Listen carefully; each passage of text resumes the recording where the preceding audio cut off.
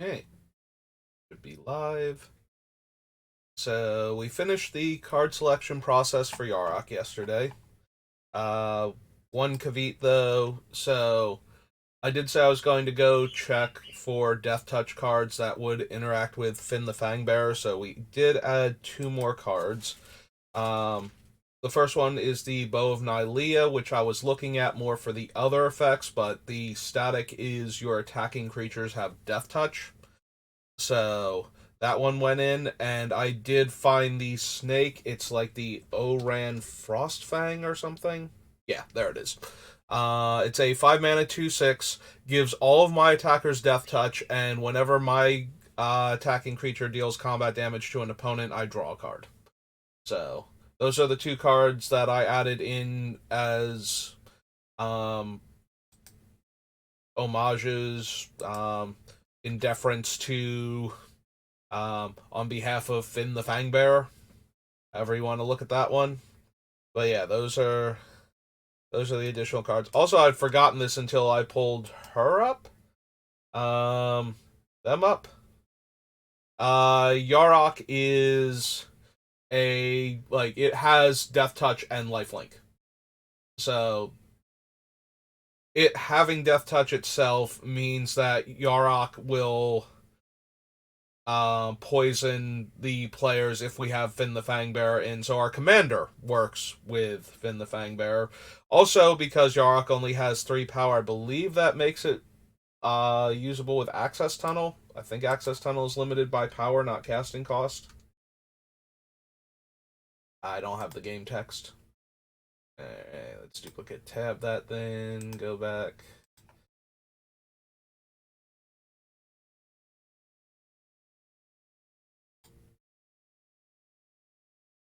Power 3 or less. Yep, okay. So yeah, we can make Yarok unblockable in addition to all of our other infect and toxic creatures and get in for 3 lifelink and with Finn in play 2 poison counters on somebody. So I did the count before we started. We currently have only 226 cards, which is kind of surprising. We're going to be able to eliminate a whole bunch of them just on things that didn't pan out. We're going to take like 1 or 3 swings through the list and start eliminating cards that just do not do what you need them to for what we're doing. Like, I have a feeling we're going to wind up losing a lot of the targeting stuff. We'll have some targeted stuff so we can leave the Rot Priest in for now, but Rot Priest might not actually be super good in this deck, so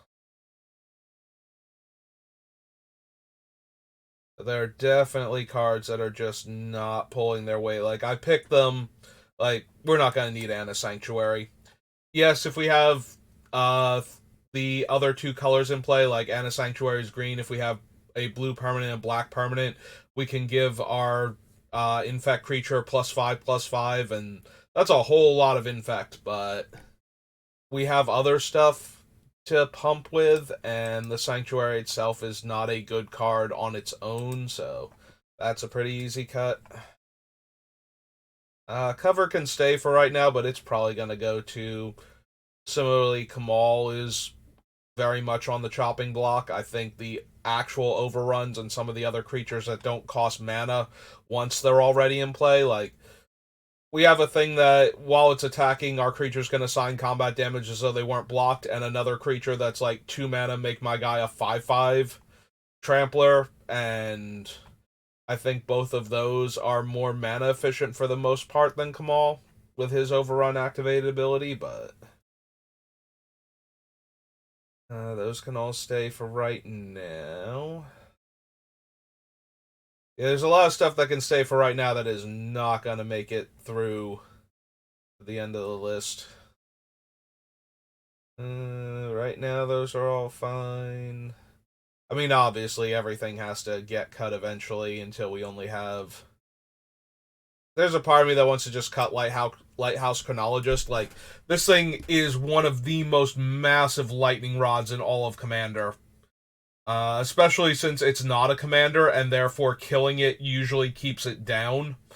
Um, yeah, if you have ever seen, I think once I saw Lighthouse Chronologist actually get to 7 counters where it didn't die, but that was so long ago I might be misremembering it because I said before I don't think I've ever seen it happen, and at the time I was sure that was true, but the more I think about it, the more I think, no, I think once a Lighthouse Chronologist actually got all 7 counters, and and it was bad. So, yeah, Lighthouse Chronologist just does not live ever, nor should it. I get a free turn after everybody else's turn, and then I get my turn. So if there are 3 other people at the table, I take 4 turns every turn cycle. There are 7 turns to be had, and 4 of them are mine. That's pretty ridiculous. So yeah, Lighthouse Chronologist probably not gonna make it. Distortion Strike, same deal.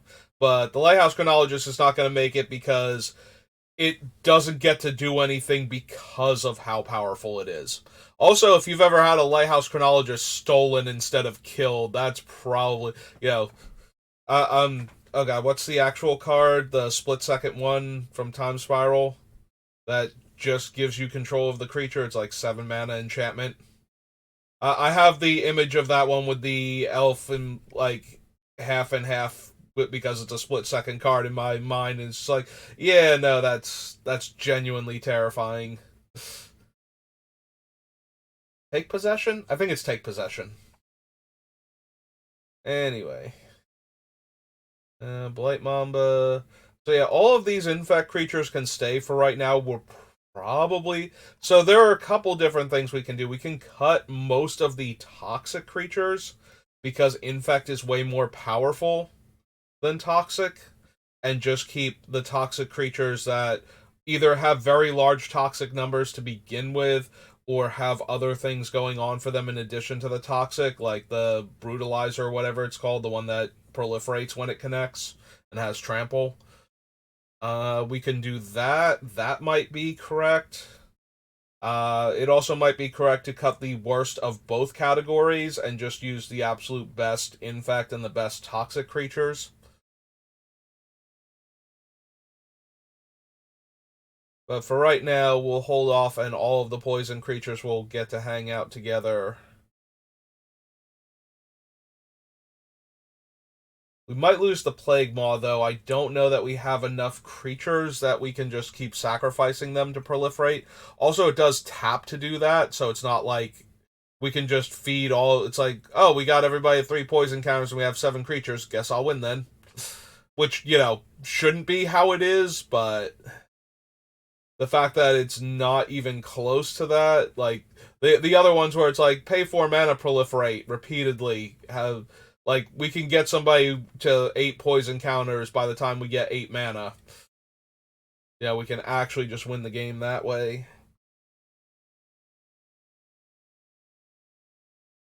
I don't know that we're going to need all of the support cards though. Like we're definitely running some of them. I just don't know which ones. Lich is probably gonna go. Mikaeus is almost definitely gonna go. Deadeye Navigator is almost definitely gonna go. Deadeye Navigator is one of the most powerful blink effects in Magic right now. The fact that it can pay 2 mana to blink anything that's bonded with it, and that you can effectively pay 4 mana to first blink it, then blink so that it comes back in and can bond with something else, and then blink the other thing that you wanted to blink, is also pretty dumb. Also, the Deadeye Navigator dodges everything other than Wraths, and if he's connected to creatures that come into play to counter spells or otherwise take spells off of the stack, Deadeye Navigator is probably before Bolus's Citadel. I think Deadeye Navigator was my number one card of if we're going to ban cards in Commander, why is this still a thing? Maybe Consecrated Sphinx ahead of Deadeye Navigator, but on a personal note, Deadeye Navigator ahead of Consecrated Sphinx. You know, like Consecrated Sphinx is probably the worst of the two cards, but Deadeye Navigator, if you've ever been locked out of a game by Deadeye Navigator, it's kind of dumb and awful. Because if you weren't beating it before, you are almost never going to beat it before it generates enough card advantage to win the game. It is only ever very briefly vulnerable to instant speed removal, and any kind of backup protection can basically, you can wind up countering a whole lot of spells just by its own activation and like one backup counter spell, and have your opponents be completely out of stuff, all from trying to take out this one creature. I suppose that's true of a handful of other creatures with similar effects, but it just feels like Deadeye Navigator is, it's probably nowhere near that powerful in any of the more competitive EDH decks, like the really high tier ones, but it just feels like an absolute misery for most mid tier EDH decks to try and play against. Like, that is one of those things where the deck can be fine and the overall play patterns can be fine, and then every once in a while Deadeye Navigator shows up and just ruins your game of Magic. And this is coming from somebody who plays Deadeye Navigator in a bunch of, like, the decks that I consider the higher end of my commander decks. Deadeye Navigator is in them if they're blue, because he's that dumb. And just being able to blink something over and over again to regenerate the effect before anybody can deal with it, and get a couple of activations out of a powerful comes into play ability.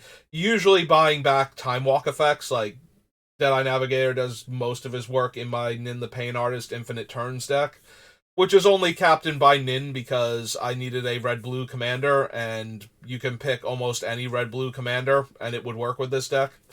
But Nin is there to just draw X cards a lot of the time by killing herself if need be, or any one of your other creatures you have lying around, just to find you your combo pieces faster. Or to put a whole bunch of counter spells in your hand so you can defend yourself while trying to go off. You know, whichever one you're feeling. Hey, I never put Thassa's game text here. Thassa's blue and 1 to make a creature unblockable, right? Because that's the main thing.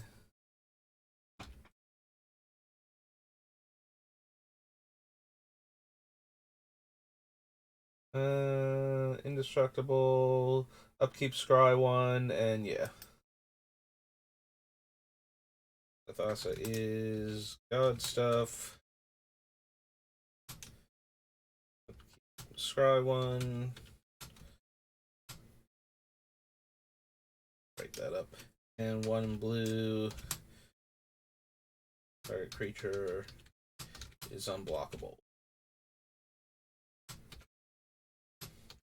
Sorry, I thought I actually went back and did this while I was looking for the Death Touch stuff, and I guess I did not.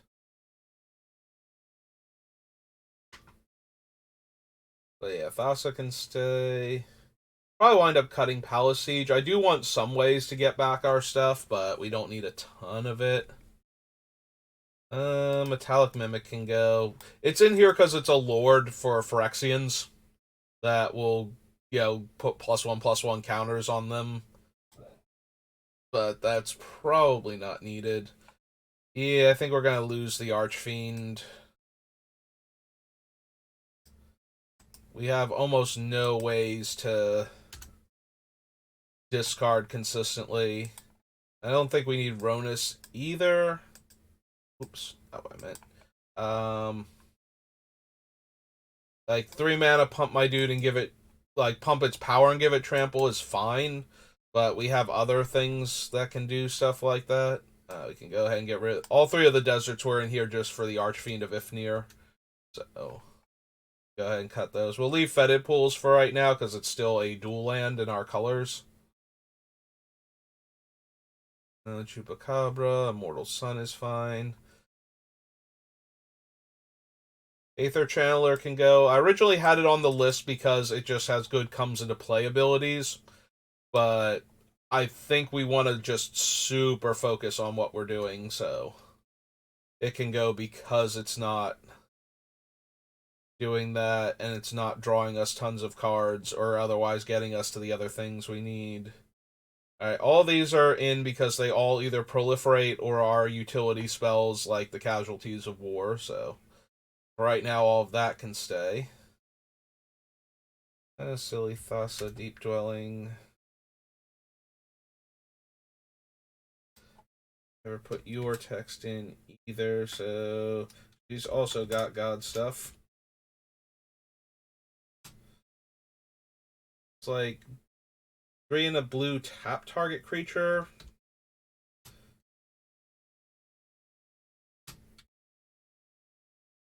And when does she blink? It's EOT, right? Deep. Blue and 3, tap a creature, and begin my end step, blink a creature I control. Is it a creature? One other target creature you control. Okay.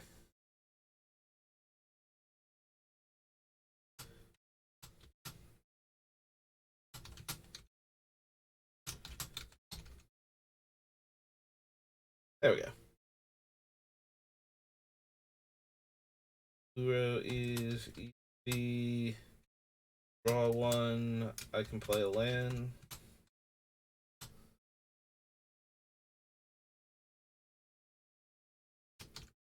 Be back if he didn't escape.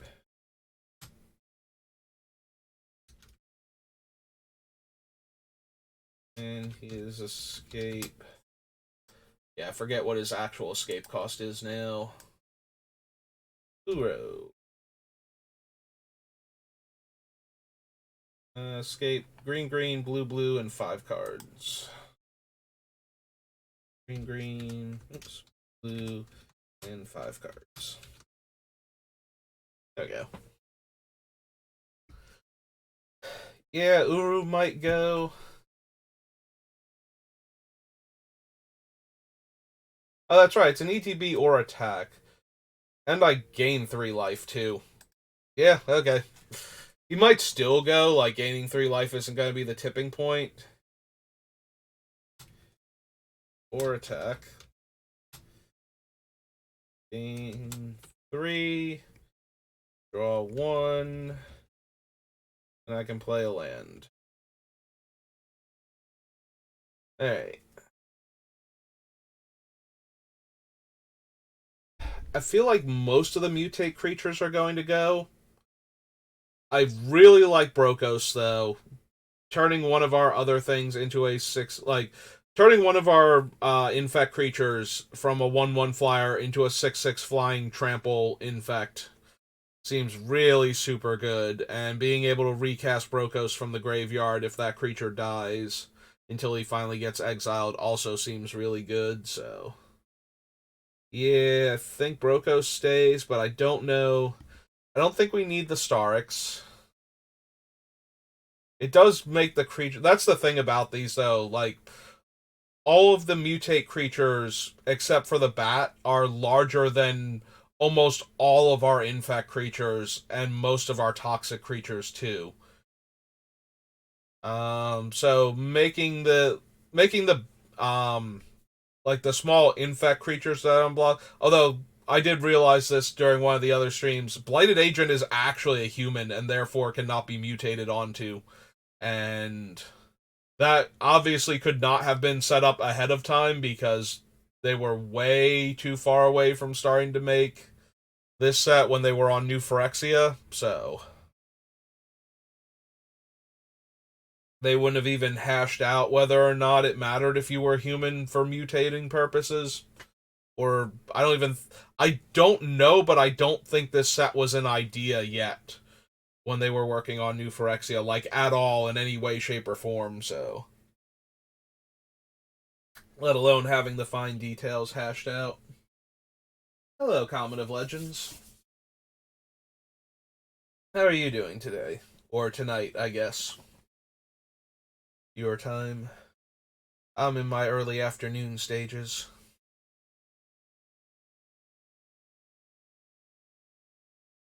But yeah, I don't think we actually need most of these. I do like the Brokos, and the Dirge Bat gives evasion to the ones that don't have it while killing a creature or planeswalker for 6 mana at instant speed, so that's good to hear.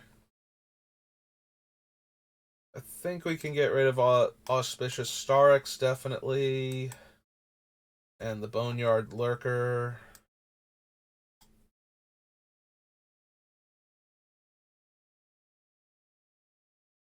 Then leave Orvar.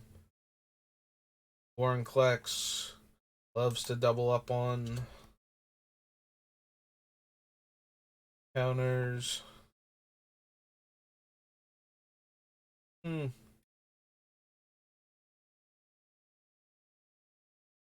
Alright, we almost definitely do not need Thieves' Tools.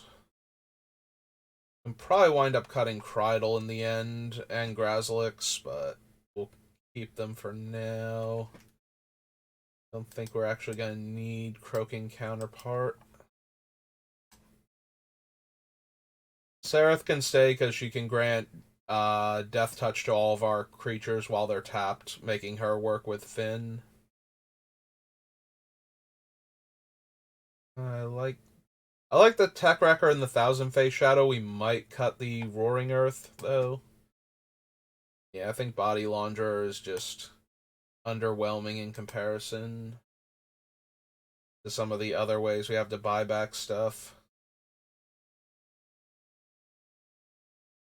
Yeah, if we cut any of the ETB proliferate creatures, Adaptive Spore Singer is probably the one that's going to go first. But for right now, she's doing the same thing I want all of my creatures doing, which is helping us get opponents dead from poison.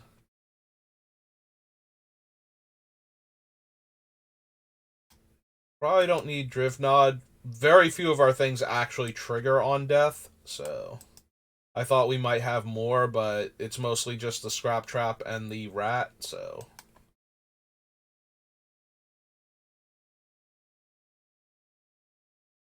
Thicker Moon Gauntlet can go, because we don't have enough actual Planeswalkers in the deck.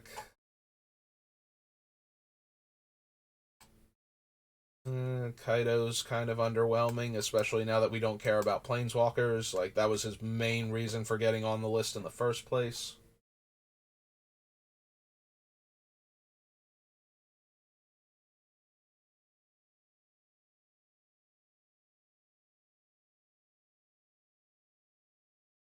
I'm sorry to hear that happened to you, Comet. I'm glad you figure it out and you can get out of that particular group then.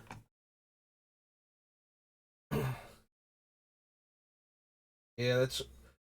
I've always had a bit of paranoia, and I've always been worried that people around me don't like me and just don't want to say anything to my face because they don't want to be rude to me. So finding out a bunch of people that you were hanging out with were not looking out for you and didn't actually like you as a person is really really unpleasant. I'm sorry you had to go through that. I'm glad you're out of it though.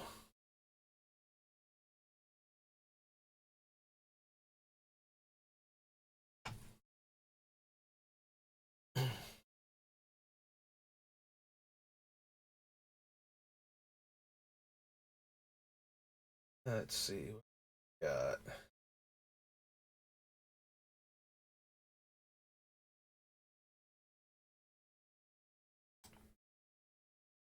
Hey, I don't think we need Sun Quan. Very similarly to some of the other things we have, but way more vulnerable if he suddenly dies mid combat. I think we can get rid of him. And I think we have better Death Touch enablers, so we can cut the Mage. Alright, we're in the M12s. Let's knock things off of the list. So, 1, 2, 3, 4, 5, 6, 7, 8, 9, 10, 11, 12, 13, 14, 15.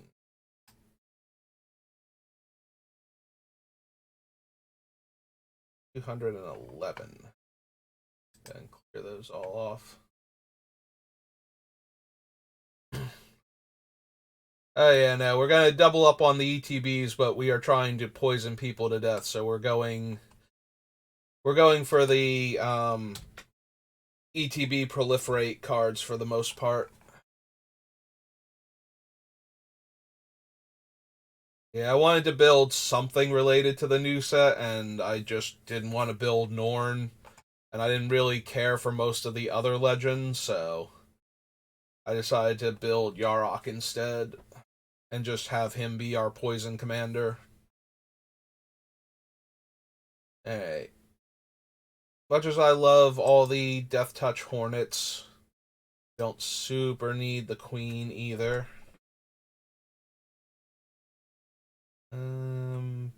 Manifold Key is probably... We probably just need the lands more than that. I don't think I want to dedicate a deck space to that. And we also don't have a ton of artifacts with tap activated abilities that I want to double up on. Probably cut the combo attack.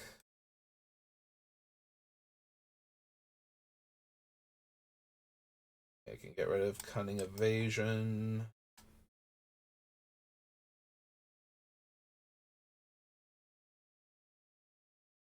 Sword of Truth, Sword of Hearth. We're probably gonna wind up cutting the Omnivore despite having 2 ways to give it Infect. As funny as that is. Base 5/5 and gains Trample. Have the 2 experience counter creatures. Do I actually want the 2 experience counter creatures?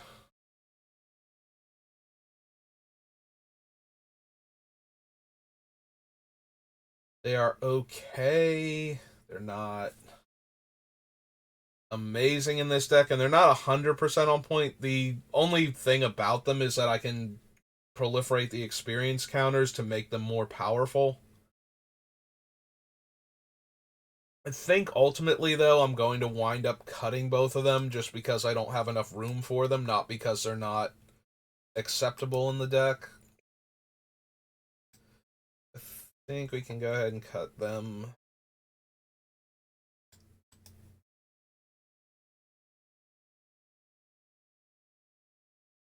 I probably don't need the discovery.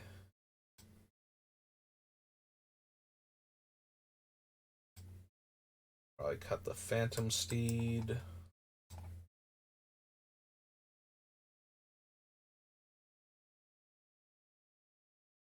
We might wind up cutting the Maverick just because it's too small.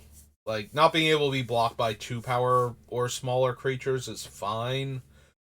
And I like the proliferate, but I think we have enough other things that proliferate on combat that do it better. Did I never put the game text for these either? I'm terrible at this. Failing at my self-inflicted duties as a deck builder. Alright. Real quick.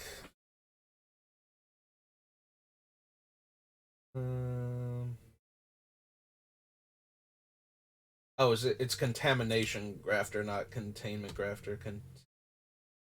Contamination. There he is. Trample, Toxic 1.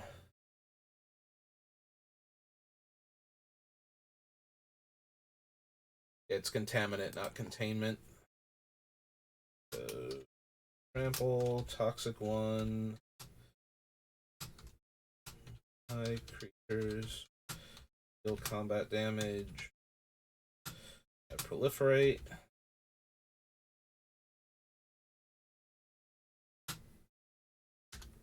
And that's the other thing. End step, if an opponent has 3 or more poison counters, draw a card. You may put a land from your hand onto the battlefield.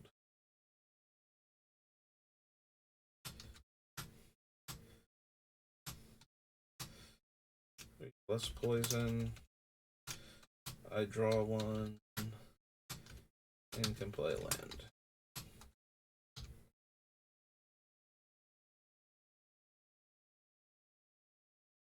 Also, I have Extravagant Replication in the middle of these two. Okay, for the Retriever.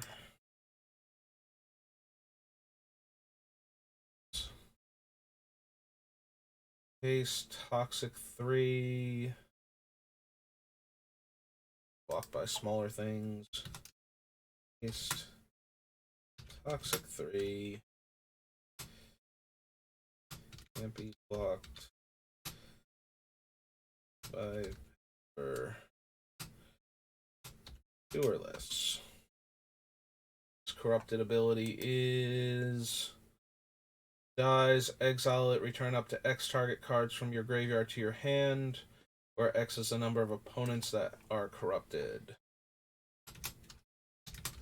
This dies, I exile it, and regrow X cards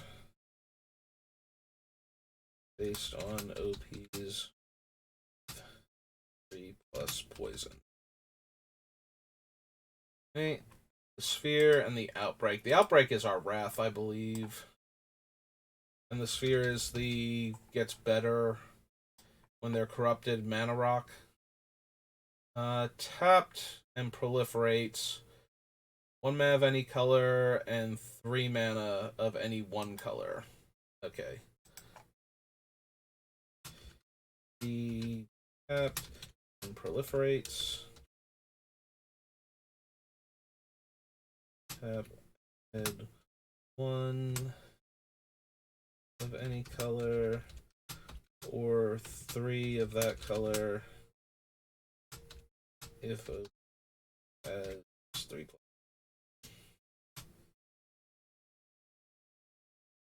The Outbreak.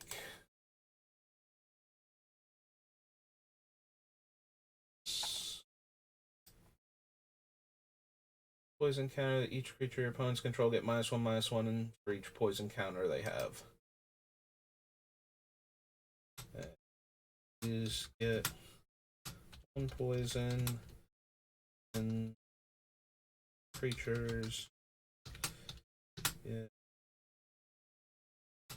It is until end of turn, right? They're not counters.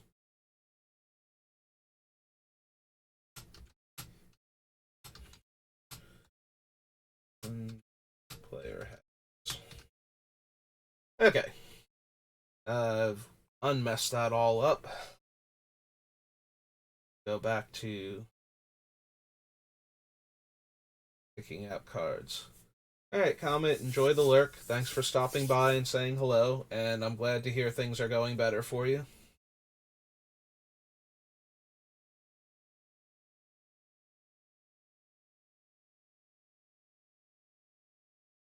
And I know Baleful Strix and the student. What was the Earthshaker again? It was a less intense. What's its name? Craterhoof Behemoth. Here's the battlefield. Other creatures you control get +3/+3 and trample. So it literally ETBs to overrun.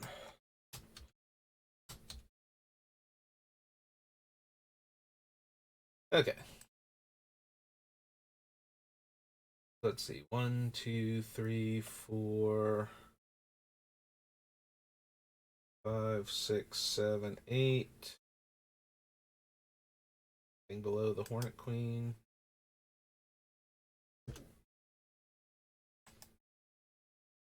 Okay. 8 more cards off the list. Just to 203. All.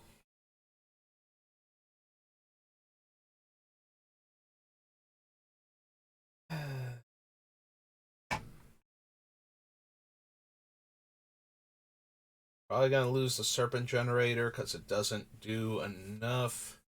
Sabertooth Cobra has better replacements in any of the 2 power 3 mana infect creatures. Like they're all doing their job better than that thing is. Scepter.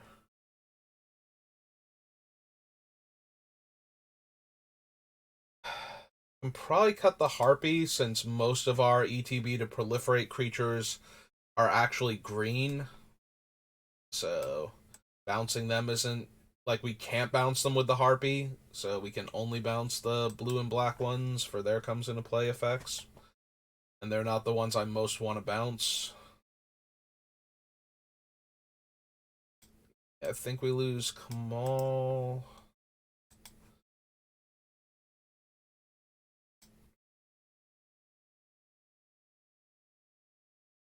Probably lose. I feel like we either lose Cemetery or Palace Siege, and I'm not sure which one yet. Stone, Sad Robot, Longbow. Yeah, you can probably lose Light and Shadow. I think the other two swords are better for the deck. And I'd either want the Palace Siege or the Cemetery. We also cut Marin too for things that bring back dead creatures repeatedly, so don't want to cut too many of those effects.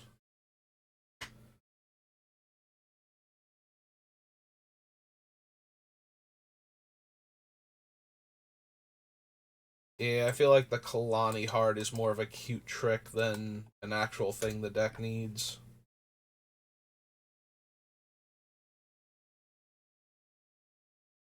We probably don't need Basilisk Collar either to go with Finn. Either want everything to have Death Touch or just rely on the ones that have it naturally. The Skeleton, Hand of the Praetors, Icarats, Exorable Tide, Death Mantle, Skittles. Oh, we do have a third Death Trigger Proliferate. I forgot about the Core Prowler. Crusader, Hydra, Juggernaut. I think the Plague Mirror or Plague Maw is gonna go rather.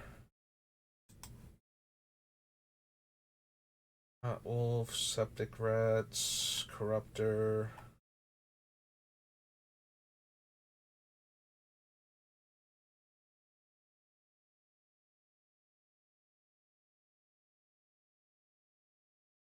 Morph, Swarmlord, Viral Drake. Yeah, you can go, Macias. As good as you are. Not really on point for this deck. Probably cut Ghostly Flicker too. It does make me sad. Ghostly Flicker is one of the better cards for Rot Priest.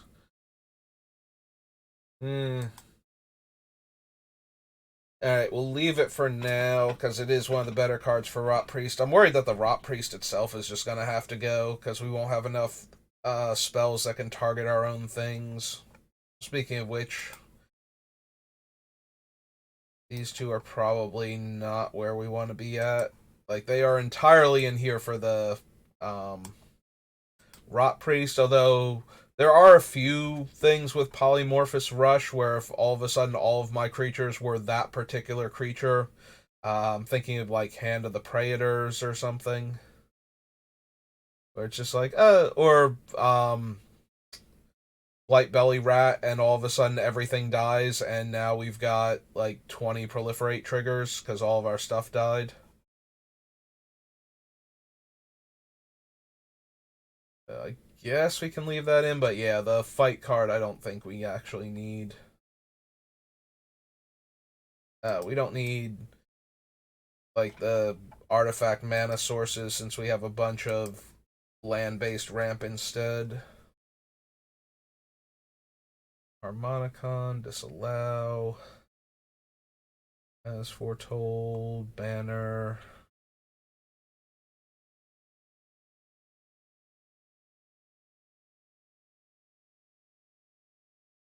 Yeah, the other thing about the Rot Priest is that with Duplimancy and Orvar, Especially targeting the Rot Priest first means that we can get multiple Rot Priests into play, and then when we target our stuff, they get to give out a lot more poison counters.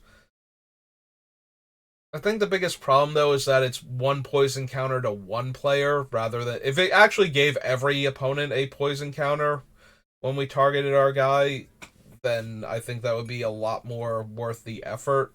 I might even start killing my guys with my own removal spells at that point just to give out poison counters, but with them only giving out one at a time, it's really not worth that.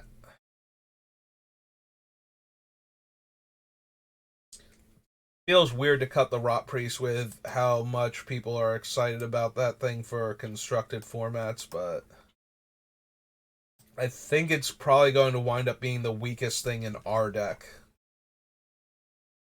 Like, if the Rot Priest were legendary and it could be our commander, I could see building around it. And just having a whole lot of things that target our stuff, so that way we could get everybody a poison counter quickly, and then proliferate them to death with all the other green proliferate effects, but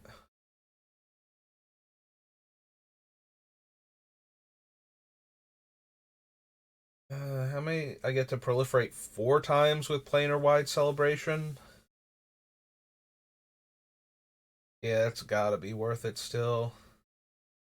Alright, Rollis died. Wow, I had a lot more death triggers for proliferate than I remembered having, because Rollis also does that. Dweller, Uro, Brokos. I can probably cut Finn. We'll leave the reflections since most of our stuff are Phyrexians.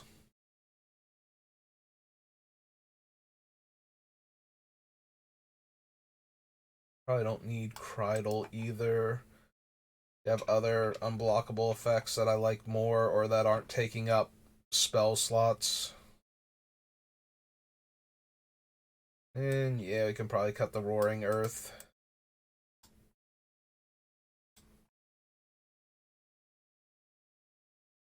Forsinger, Anoint with Affliction, Skull Dweller.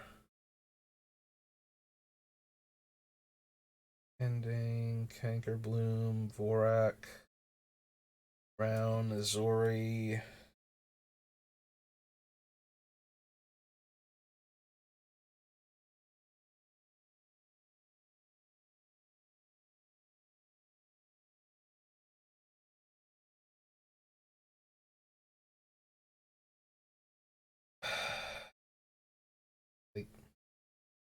A lot of it's okay, but none of it's amazing as far as the toxic creatures go. Like, I don't want to cut most of them because they're still able to inflict large amounts of poison damage to the opponents quickly, but at the same time, they're not. They don't scale with any of our other stuff. Like, if I put a sword on one of them, I still only get the same toxic value, so a lot of them are weaker that way. But a bunch of them also have like proliferate mechanics built into them, like the Tainted Observer or um, the Brutalizer. So I don't just want to cut them either.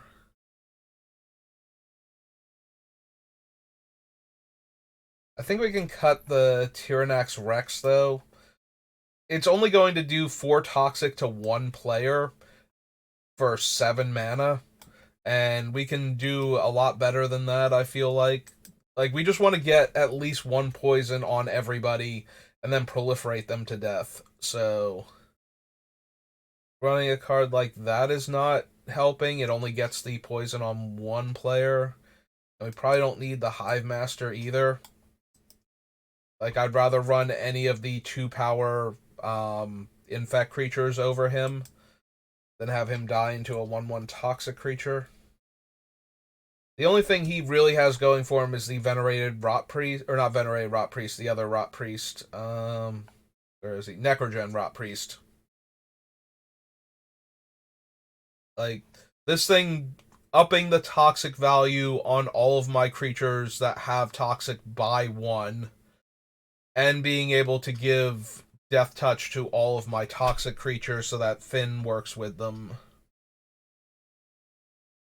Like, he's fine. Karamonix is pretty good because we have so many infect. Well, not so many, but we have like 3 or 4 rats in the deck that we are definitely going to run. So Karamonix has like, well, we get to look at 10 cards if we double his comes into play trigger to find one of them. And we can take any of them that we see. So if we hit all of the other rats in the deck, we get to keep them. Like, it's not amazing, but it's also not nothing, considering that one of the rats has a comes into play ability that gives everybody a poison counter. So if we have poison on everybody else, blinking that thing over and over again, we'll kill them before we'll kill us.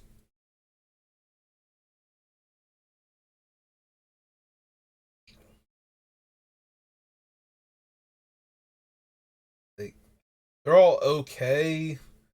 None of them are amazing, though, is the issue. Might wind up cutting the prosthetic injector. The only upside to the injector is it lets Necrogen Rot Priest give Death Touch to whoever's wearing it. So that's actually kind of helpful. But that's probably its only real upside. Like, giving Infect to the toxic creatures lets them deal a lot more poison damage at once. Giving Toxic 1 to the Infect creatures just lets them put an extra poison on and isn't. It's actually worse for the most part than giving them +1 power. Like, I'd rather give them +1/+1 than +0/+2 and an extra poison damage, but. Yeah, okay, prosthetic injector can probably go then.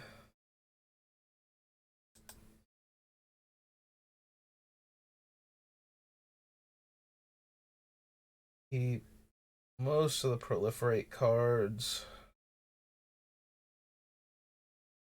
And the things that just give out poison for existing. We're probably going to wind up cutting Zopendrill and the one from Midnight Hunt, also Monstrous Growth or something. It's super tempting with infect creatures, though.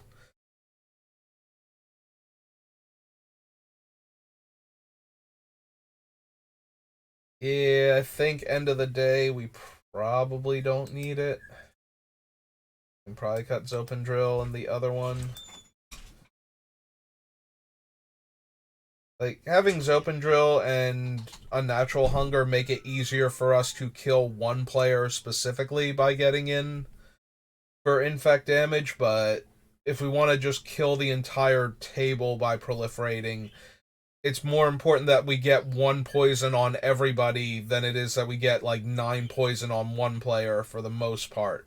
Every once in a while, it'll be super important that we kill that one player that's actually in good board position, but we do have enough to do that, I feel like. Like, Zopendrill is only good for that, and so is Unnatural Hunger.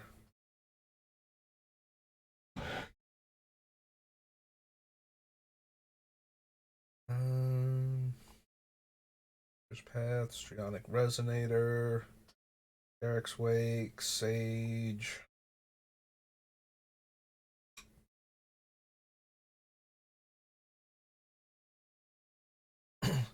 Blue-white sword proliferates, green-white sword blinks a creature and ramps us a land. Yep. I'm gonna leave the Hydra Omnivore in this deck way longer than I should, because its only real thing is getting either Phyresis or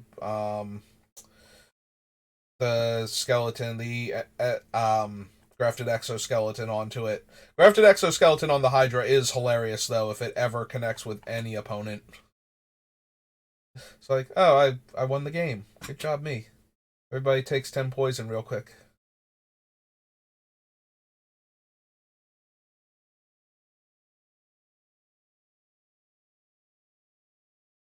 That makes me wonder if I want the clones. Like, so the clones that I have are all about being bigger than the base creature. which is also what Brokos is trying to do with the smaller infect creatures. So basically, the Mimoplasm wants to exile Blighted Agent or the Flyer, and then exile something with incredibly high power and just be a giant version of those, and that's also what Brokos is trying to do. I'm wondering if I don't add, like, maybe this is a completely different deck. You know, we're trying to double up on comes into play abilities that will poison the opponents out. Maybe I don't need to make one giant infect creature. I just need to get through with a bunch of little ones to make sure everybody's poisoned and then win the game through the proliferate mechanic. And just focus on that, because that cuts out a lot of cards if we don't have to split the focus between getting one player super dead just in case and the other player's dead in the long run.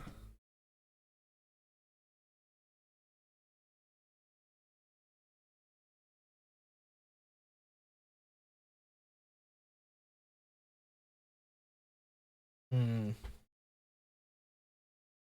Yeah, the more I think about it, the more I'm thinking I want to focus on the actual proliferate as a win con for poison. So here, let's get Unnatural Hunger off of the list while I'm thinking of it. Or I'm sorry, Unnatural Growth. So we'll cut that one off. Pop back up here. Yeah, 1, 2, 3, 4, 5. Boring Earth is 6. 7, 8, 9, 10, 11, 12, 13, 14, 15, 16, 17, 18, 19.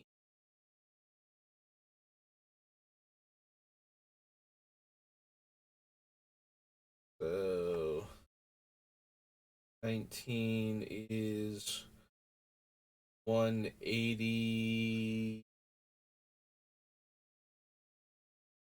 Wait. Should be 184. I was about to say 183. I'm like, that's not right. That can't be right. Because it ends in 3 already. Hmm.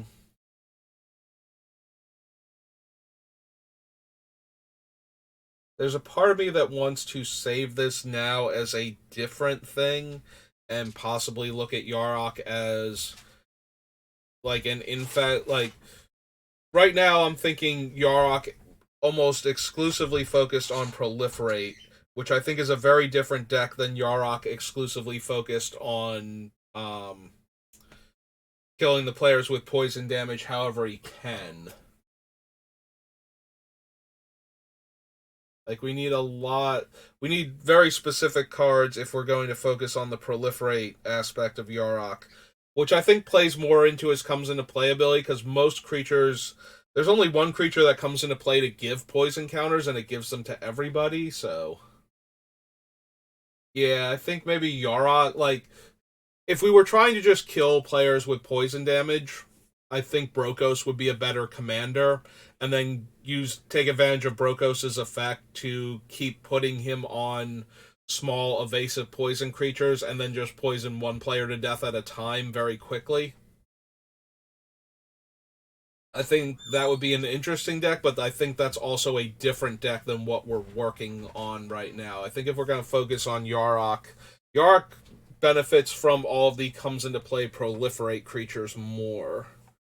So we're going to focus on that and just worry about getting the one poison on them. So I think we clear all, but I think I want to save this as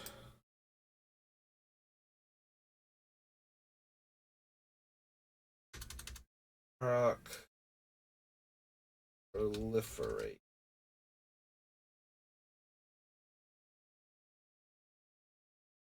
Alright, so now we're working on Yarok Proliferate instead.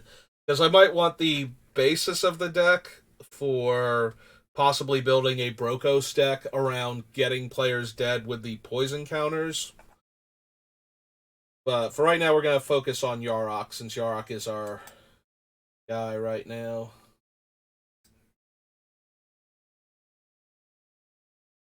So yeah, I think if we focus on Yarok that way, we get rid of Serpent Generator. Glacial Chasm might actually go up in value now. Swamp Mosquito is one of the good early ways to get a poison counter on a player. We're cutting the things that target, so I think Whim of Volrath can go. We won't need Rancor anymore.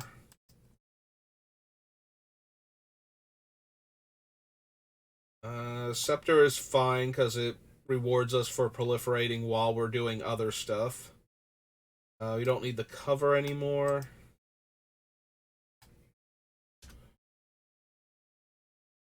Fire. Yeah, we don't need the double strike cards, so Fire Shrieker can go. Sad robot. Longbow lets us deal a poison to somebody that we can't get through damage-wise on. So I think that's fine to keep for right now. Anyway, we'll consider it at least. Damnation, Hunting Wilds, Relic, Farhaven Elf. Alright, we don't need the Ink Fathom Witch anymore because she is more about, oh, my guys got through, here, take a bunch of poison damage now. Get rid of her. Pulse, Oracle of Moldiah is fine for right now. Get rid of the Distortion Strike.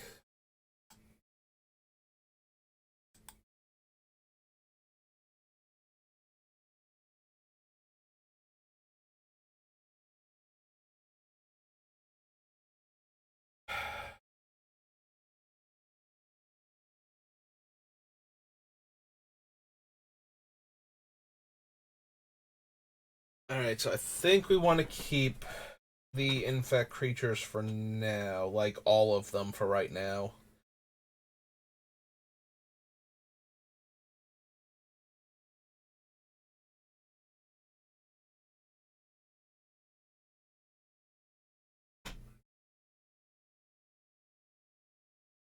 But I don't know that we're going to need all of them is the thing, so...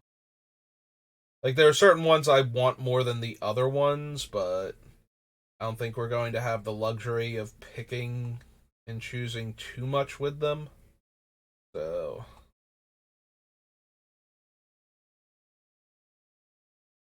Like, I don't think this deck needs Skittles anymore, but it does have flying and haste, so being able to get poison counters on somebody out of nowhere does make it easier to finish that player off. We don't need the Havengol Lich anymore as a recursion card. I think we want to keep the Deadeye Navigator. I think we can get rid of Ghostly Flicker now, though. I think we're going to wind up losing the Venerated Rot Priest at this rate.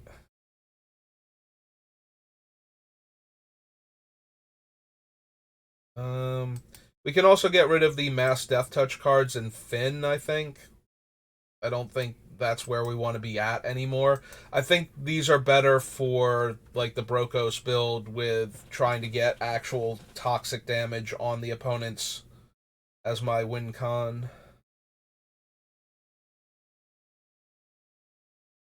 I need to check and see what things would benefit from Polymorphous Rush, but I don't think there's anything.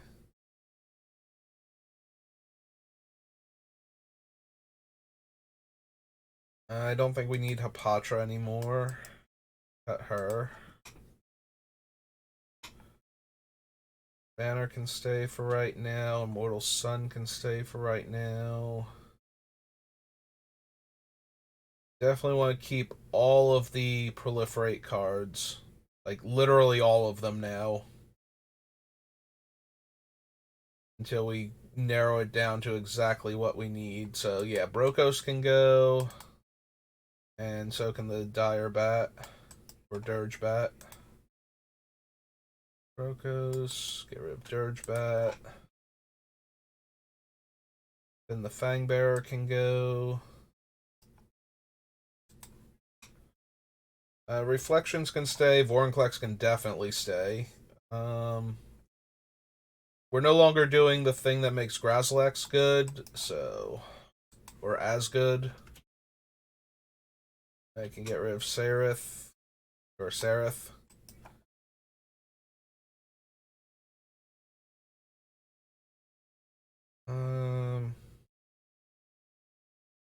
Yeah, this feels less like the kind of deck that would want either of the ninjas now either.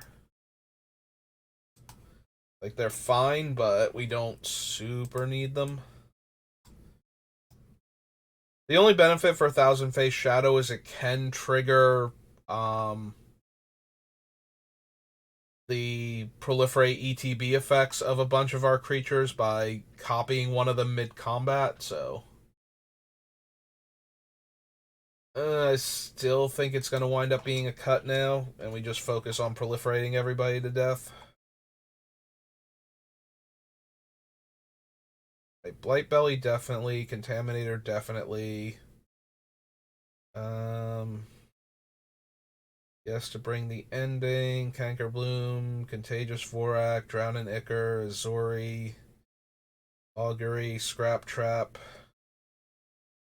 Yeah, we want cards like the Bite, just so that way we can have a way to put a poison counter on people we can't comfortably attack at any point in time. Karamonix is still hitting enough things. I don't think... Actually, I think we cut both Rot Priests now. This one, because we don't care about giving Death Touch as much anymore without Finn, and we just want to get the poison counter on somebody, not necessarily all of them from combat damage, so we can cut that. And then, weirdly enough, then we go and cut the other one that doesn't ever need to connect, that can get a poison counter on people, just because it only affects one player at a time. We can cut that. And then I don't think we need the Voidwing either. Like, it's just a small toxic creature. Although, if I'm gonna cut the Voidwing, I guess I would cut the 1/1 flyer first, so maybe we still keep that one. Just as a way to get poison counters on players with a creature that won't stay dead.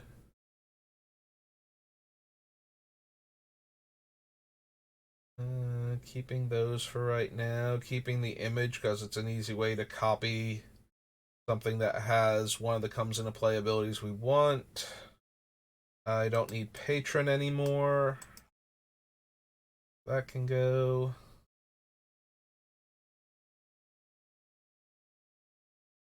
The one sword proliferates, the other sword blinks, so both of those are probably staying.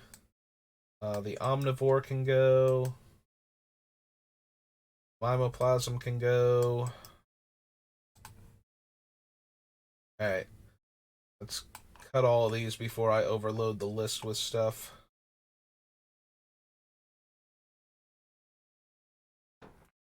Serpent Generator. So 1, 2, 3, 4, 5, 6, 7, 8. Which is 8.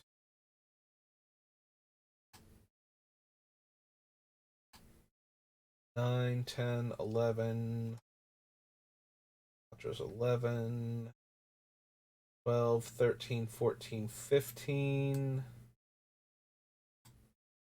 16, 17, 18.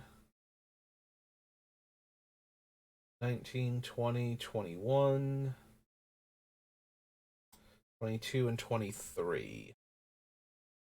So 161 now. Save, we clear all. Pop back down here. Alright, so we don't need the overrun effects anymore, so we can get rid of Earthshaker Giant. Sakashima's Student still has the... can spontaneously become a creature with Proliferate. Or it can just be cast as another creature with Proliferate, so... I think that's still fine. We don't need the Strix anymore, because we don't need the Death Touch. And the drawing an extra card is nice, but not essential.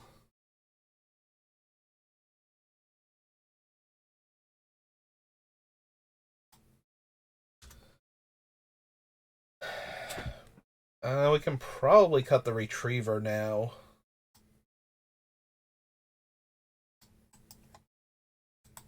Like, we keep the contaminant grafter because all of my creatures dealing combat damage can proliferate now, so we do still want that. We don't need the hammer anymore. Or the family's favor now. Cut those.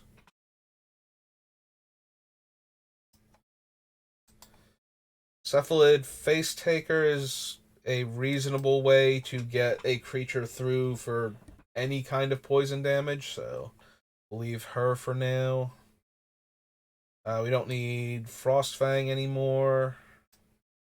Oops. Cut that. We don't need the Gigantoplasm anymore, so we can cut that. Don't need Siege Behemoth.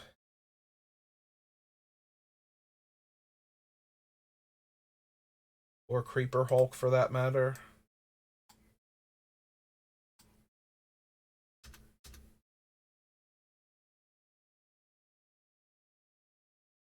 Truth and Justice, Force of Vigor,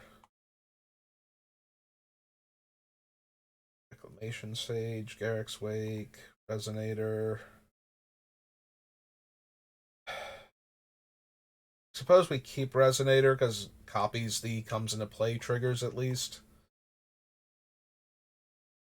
I'm looking at Vraska, like, so she's 5 mana, maybe 6, but probably 5, and 2 life, and has 0, draw 1, lose 1, and proliferate. Is going to be her primary mode in this deck, with a secondary of sorcery speed, kill a creature, and our opponent gets a treasure.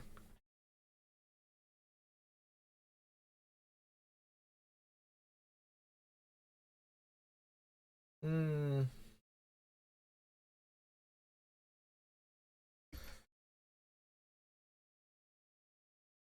Server proliferates, staff proliferates, prologue gives everybody a poison.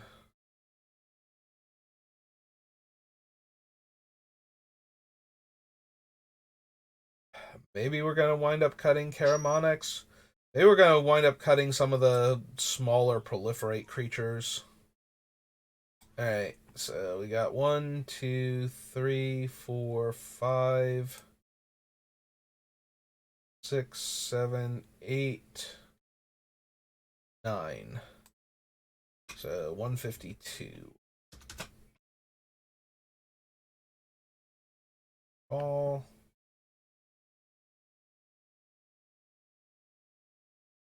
Want Mosquito. Tutor, Worldly Tutor, Vamp Tutor. Don't need Overrun anymore. We're cutting all of those effects.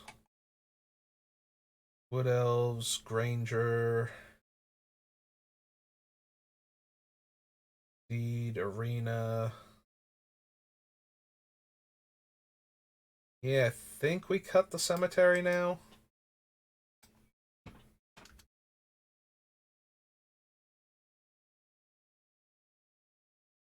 Trees, O-Stone, Sad Robot, Longbow, RC, Nation, Hunting Wilds, Farhaven, Primus.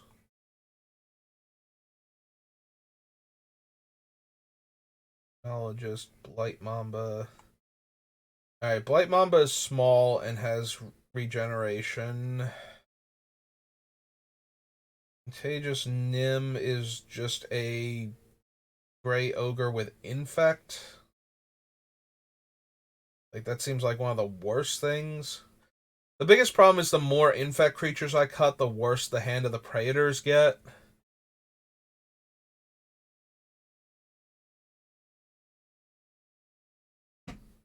So if I cut too many of them, I have to cut the hand also.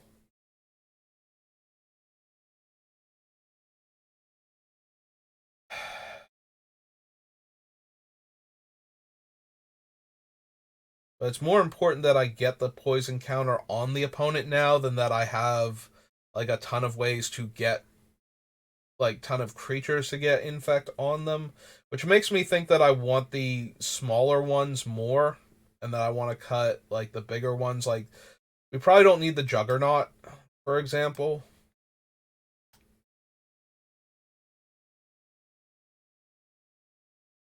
Probably don't need the Hydra.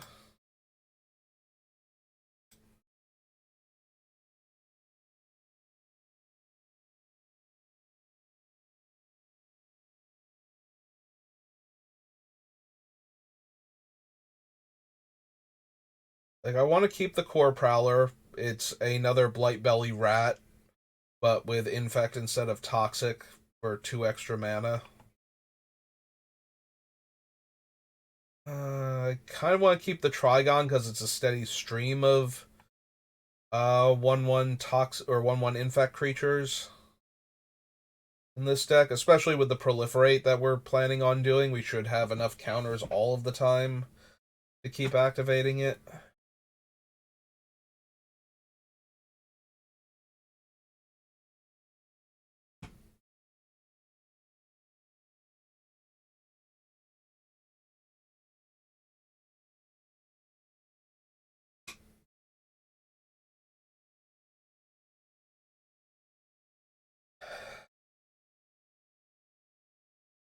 I feel like if I cut too many of the infect and toxic creatures, we won't get the poison counters on the opponent early enough because we won't draw enough creatures with toxic and infect. But if I run all of these super mediocre creatures, then they still won't get through because they'll get blocked by things and get eaten and just deplete them a little bit.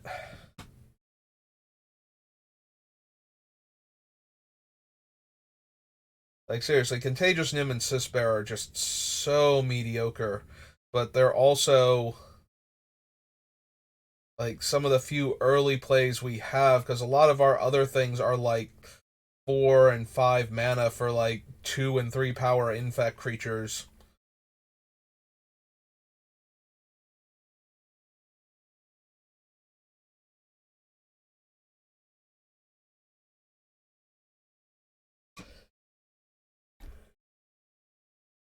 Still might be correct though. Also, I don't think we need the exoskeleton and the Phyresis anymore, or whatever it's called. The one that actually gives them infect.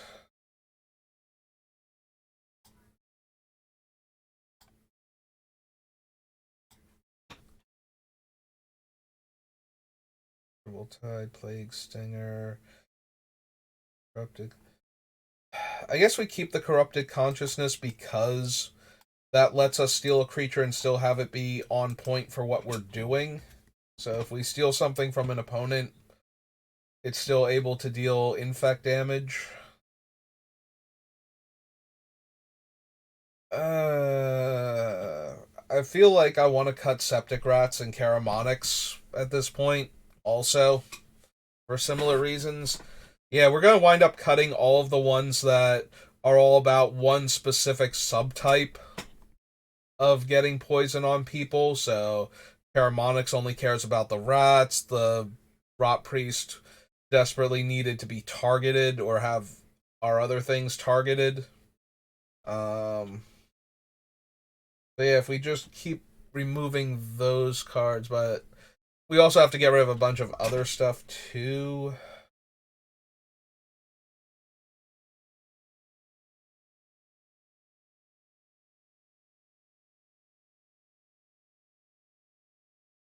Agent, Viridian Corruptor.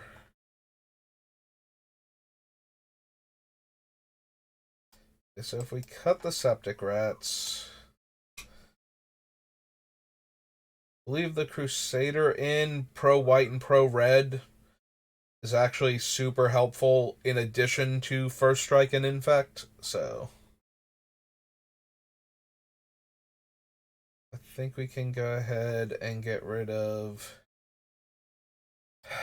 I kind of just want to get rid of Skittles. as good as he is, since that's no longer what the deck is about. Like, I would rather get one poison on somebody early and then cast like a 5 mana spell that's going to proliferate rather than cast Skittles and get to possibly infect one player that turn. And it's still, was it 3 black and 3 in order to haste him out? So yeah, I think we can cut that. We definitely want the Ichor Rats. I think we get rid of Cyst Bearer and the other one, the Contagious Nim. Oops. Ah. I have no idea how we managed to do that, but just move the text by accident or something. And yeah, I think we get rid of the hand.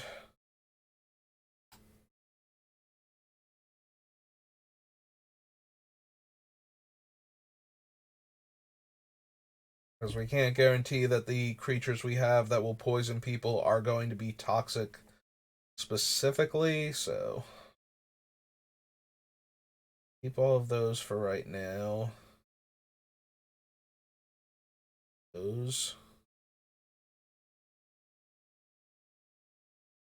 We can keep Progenitor Mimic for right now. We might wind up cutting it eventually, but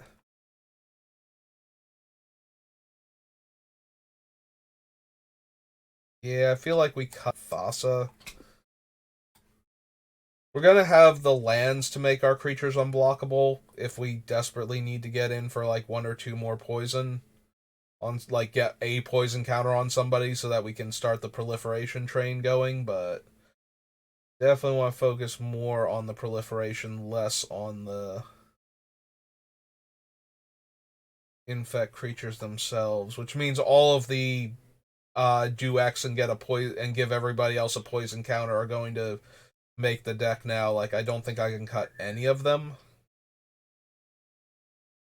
And just plan Evolution Sage, Flux Channeler, Guild Pact Informer, Skydiver, Celebration, Pollen Bright, and Rollisk.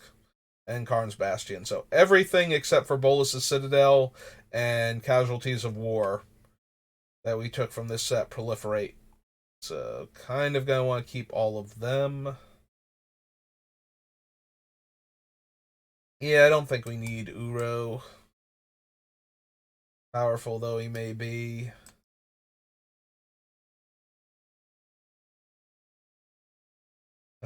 Keep the reflections because all of our things are still Phyrexian for the most part.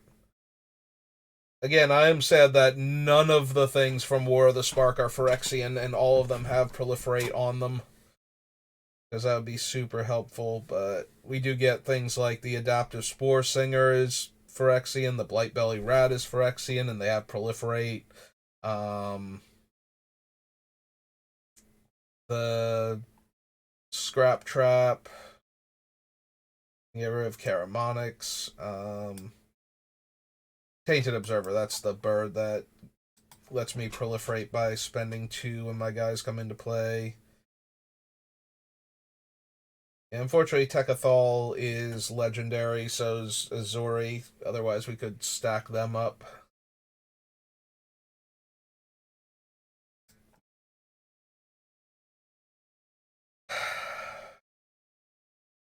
If we keep Vraska, we definitely get rid of the Immortal Sun, and vice versa. I don't know if either of them are supposed to make it into the deck, though. Let's see, we have the Fall, Prologue, Inquiry, and Bite.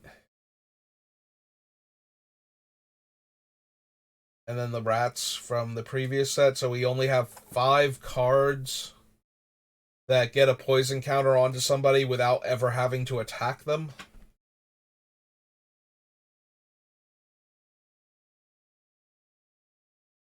And only one of them is a creature with a comes into play ability. We do get to tutor for all of these things, though, with our other cards.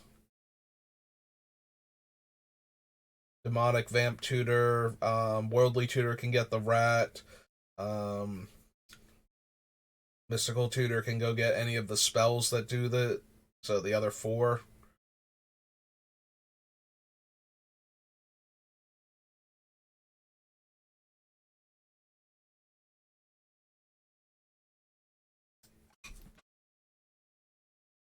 Alright, let's cross these off the list and see where we're at. So 1, 2, 3, 4, 5, 6, 7, 8, 9, 10, 11, 12, 13, 14. 138. Making good progress at least, but that's because we have a very, very focused deck, so anything that's not contributing to the main goal of the deck is a pretty easy cut, unless it's, basic utility card at this point, so.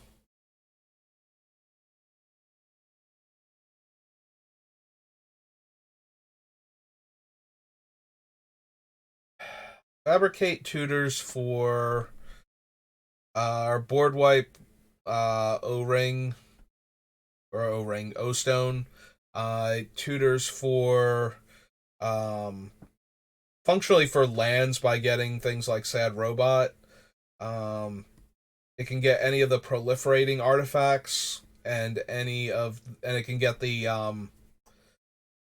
whatchamacallit, the Panharmonicon to double up on the proliferate effects from our creatures coming into play. Yeah, I think that stays for right now.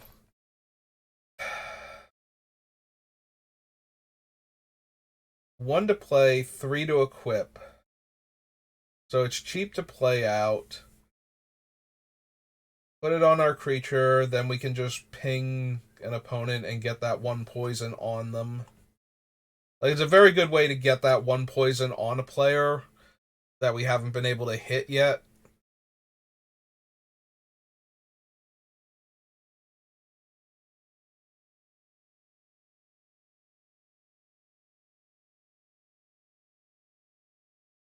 House Chronologist, the Contagions, Corpse Cur, Icarat,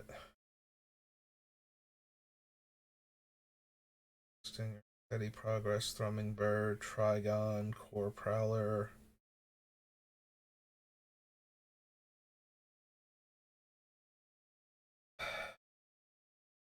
Maybe we cut the Rotwolf too, since it's almost exactly a green version of the Blighted Nim, except maybe occasionally we get to draw a card.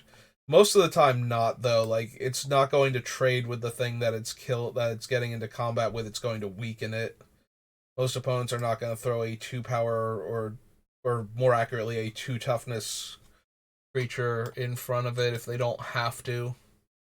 We do make a strong argument for them having to if they have that option, but I feel like more often the Rotwolf's just going to run into like an X3 and weaken it than it is going to kill it and let me draw a card.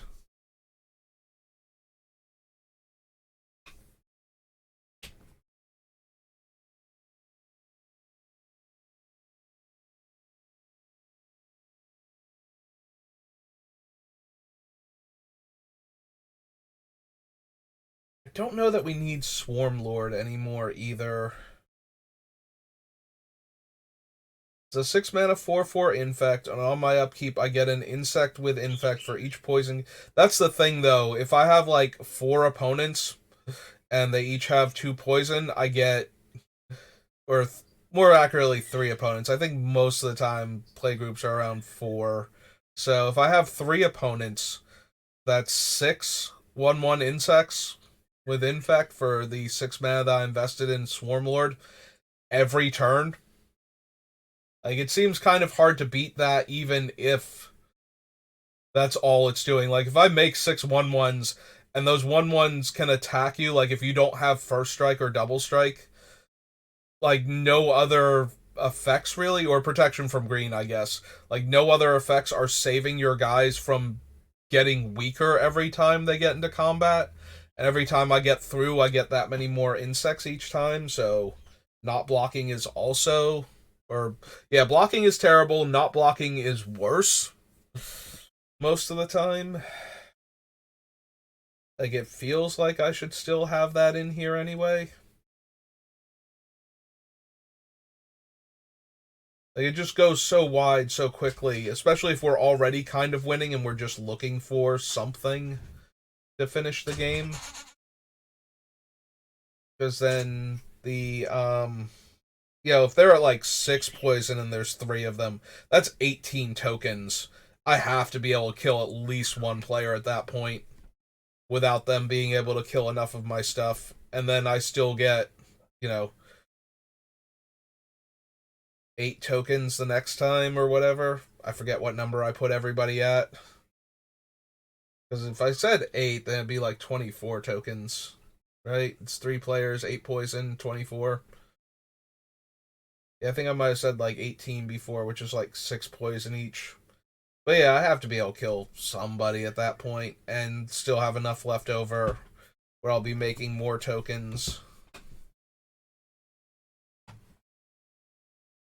Might still technically be correct to cut it. Like, by the time I'm getting to that point, I probably want to draw Proliferate more than the Swarm Lord, because the Swarm Lord doesn't kill all of my opponents immediately by itself.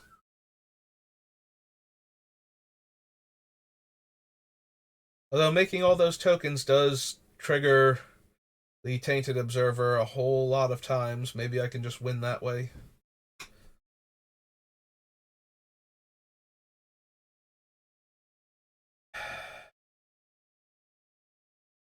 Yeah, I still want to keep Progenitor Mimic. If it does not die, if we copy a Proliferate creature, then we just get to make another one every single turn until we win. That's kind of the same mentality behind the replication from Streets of New Capenna Commander. Yeah, so I guess we don't need Polymorphous Rush anymore. There was a chance we still wanted it because having all of my creatures be one specific creature that's really good at what it's doing right now might be enough, but it definitely has to be one of those things where um, we're going to win because every one of my things suddenly became whatever, but I don't think we actually have any one creature that is that card. Where if everybody was that one card, it would work. We cut the 2 Rot Priests that would care, and we cut the Hand of the Praetors, which would also be a huge power and toughness boost to all of our infect creatures, and each one of them would trigger every time we cast an infect creature. So if we played like one of the 2 mana ones after that, and we suddenly had 3 Hands of the Praetors, we get to deal 3 poison counters and give our guys +3/+3 instead of, 1 poison counter and giving them +1/+1. But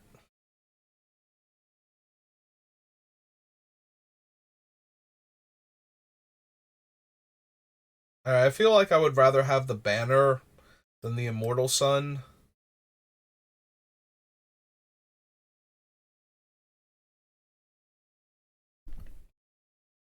The 2 of them, and then we have the Guardian Project also. So this thing on Phyrexians and this thing in general should let us draw a card every time we play a creature.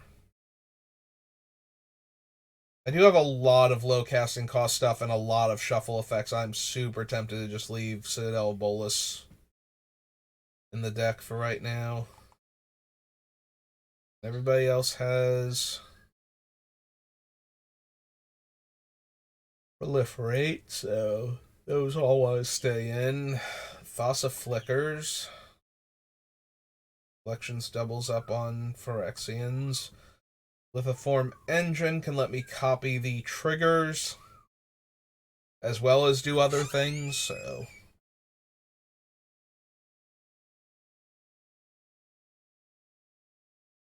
yeah, now a lot of the things left on the list. Oh, that's true. We do. I was sad before because of all the ones from War of the Spark that proliferate, but we do get things like the Contagious Vorak, and 2 copies of Cankerbloom will let us proliferate, and the Scrap Trap. Okay, we have more creatures that come into play and proliferate than I thought that we did.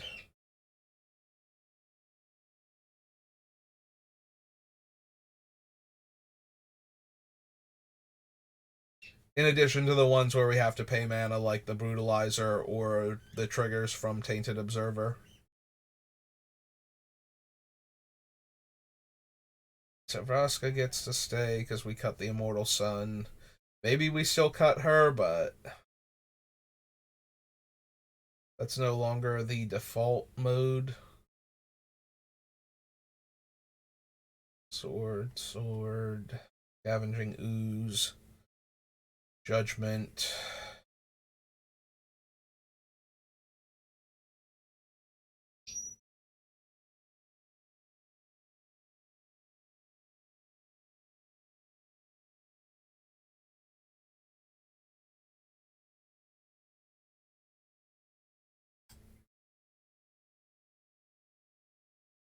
Yeah, the Park Heights Maverick is just so ineffective at what he's trying to do.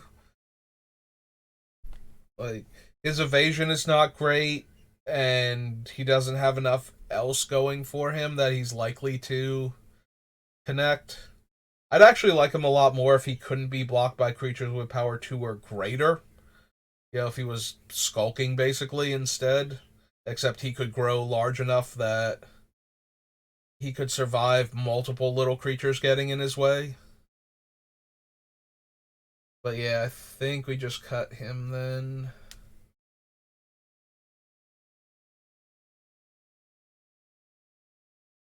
Alright, we also have the Phyresis outbreak. I forgot to count this down here, so that gives us a sixth way to put a poison counter on everybody without having to actually hit them. 1, 2, 3, 4 more cards off the list. 134. We're getting close, but now we're getting to the point where. So we have to make 74 more cuts, which means over half the cards that are still on the list that are counting as spells have to go. And that means a bunch of the poison and infect creatures aren't going to be able to stay unless they are literally the only cards in the deck. So. Alright, I want to keep the Mosquito. It's tiny. It comes down early. It gets a poison counter on the opponents just by not being blocked. So it falls in the same category as the other 2 mana, 1 power toxic / infect creatures. And that's achieving the same basic goal. And we'll probably get through against most players to get that 1 poison counter on them that we need to get started. Uh,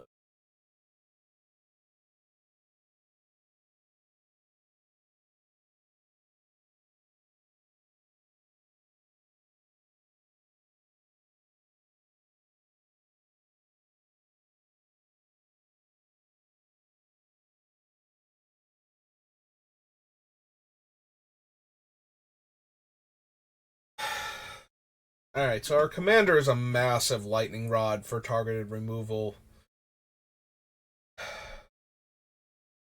But we don't need. I don't feel like we need Greaves or Boots outside of that. Like, it helps a little bit with the smaller guys to get them through for toxic damage or poison damage early on. Some type of poison damage. I keep using toxic, infect, and poison interchangeably, and it's really poison damage. Like, any version of poison damage. I guess I'm still inclined to keep them.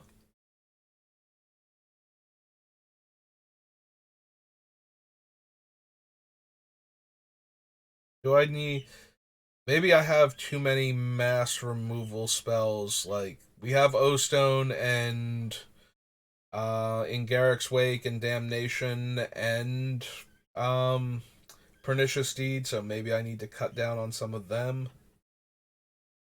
I can see cutting the O-Stone and the Deed because we have a bunch of targeted removal for artifacts and enchantments, And with the ability to double up on the creatures that do that, I feel like we have enough ways to destroy multiple problematic artifacts and enchantments while still leaving our own intact. So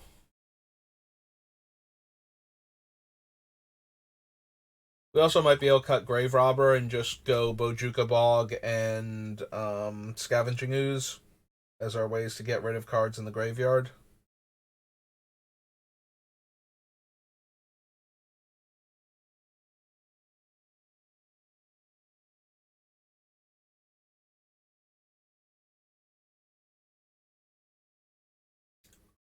Also, maybe we get rid of. So we have multiple creatures on like the 3 mana range that get us a land from our deck. Maybe we keep them and get rid of the sorceries that get 2 land for 4 mana instead. So we get rid of like Hunting Wilds and I forget if I had Explosive Vegetation on the list, but we have one of them on the list. So if we get rid of those and we keep the Granger, the Wood Elves, the um Barhaven Elf, I think that's it as far as the ones that put them directly into play go. But we keep those guys and we lose the other ones because they guarantee us a land when they come into play. And Sad Robot, so we got that one also. Yeah, I think we can cut the. We get rid of like Hunting Wilds, and I think there's one other one like it that we had on the list. And we can get rid of like Farseek and 3 visits, maybe. Maybe we keep those, but we could get rid of the 4 mana ones that get 2 lands because we already have the other things. Also have Oracle to help with the lands. Death Metal, Plague Springer, Steady Progress. Satyr, Viridian Corruptor, Blighted Agent.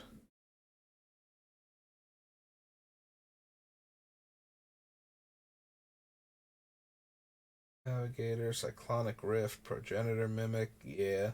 We probably need to cut some combination of the wrath effects that we have.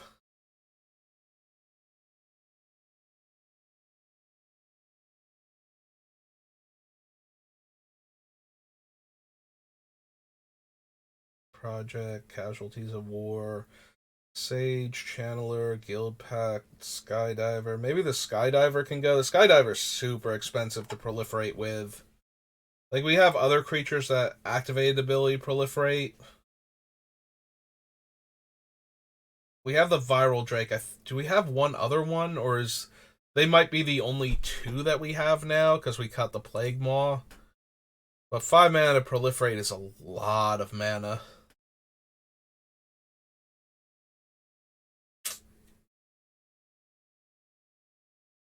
And I'll consider cutting that. We do need to still find the other put 2 lands into play card because I'm almost entirely positive we had one other on the list. And then there was like a third one that we could have added that I wound up not doing. But I forget where it was now on the like in the thing, so I have to find it. Voidwing, Vraska, Whispers. We can potentially cut like the 3 visits and whatnot. Oh, Ranger's Path. That's what it was. So cut that. Like we can potentially cut the 3 visits and the other one, Farseek. But since they're on 2 men, I'm a little more inclined to try running them also to help ramp even more. Fierce Guardianship, Face Taker, Eminent Grafter, Replication, Glistening Sphere, Phyresis Outbreak, Takashima Student. Alright, so we cut those 2. We go down to 132.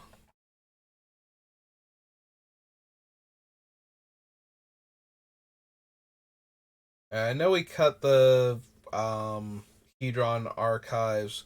So right now we have Soul Ring, which, pretty ubiquitous. We're not cutting that. Do we have any other artifact ramp? Because right now the only artifact ramp we should have should be Soul Ring, Astral Cornucopia, the Everflowing Chalice, the Glistening Sphere because of how it works with our deck, and Coalition Relic. I did not put the auto generator or whatever it's called on the list. Maybe that one should go too. But we mostly want to go with the ones that um, tap for larger amount that use charge counters to generate mana, so that way we can proliferate the charge counters onto them, so we can generate even more mana from them. Like if you're not going to use the actual mana from Coalition Relic and you put a charge counter on it, and then you just play a bunch of proliferate effects that you were going to play anyway, then it just gets to get all of those extra counters, and on your next turn, you get like 5 extra mana off of your Coalition Relic.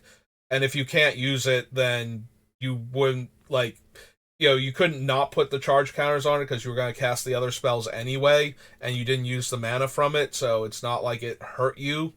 And if you drew anything that you could spend that mana on, like you actually draw Azuri and you get to pay for the multiple proliferate triggers off of him with just the floating mana.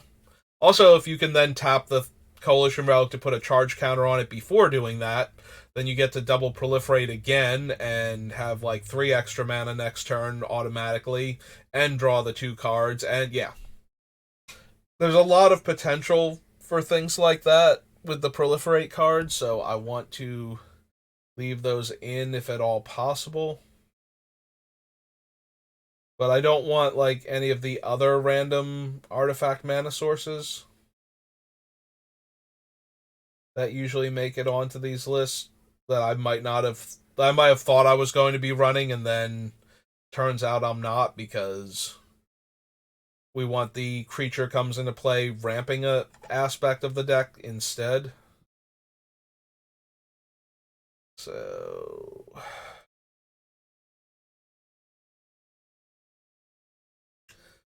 yeah, I can't remember how far I got before I realized I wasn't going to need the non-charge counter mana rocks.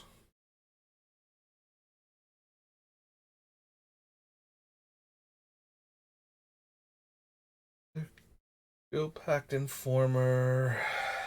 Proliferate. Yeah, Thassa. Collections. Vorinclex. Grasp. Went with Affliction. Yeah, I don't see any of the other ones, so I guess I managed to not not put any of them on the list. Like, I figured it out fairly early, because Hedron Archive is like Battle for Zendikar, so very early in the alphabetical list.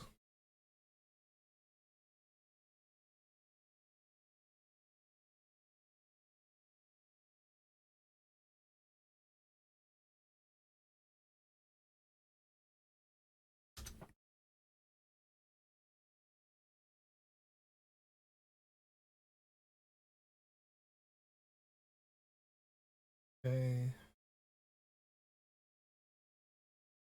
Alright.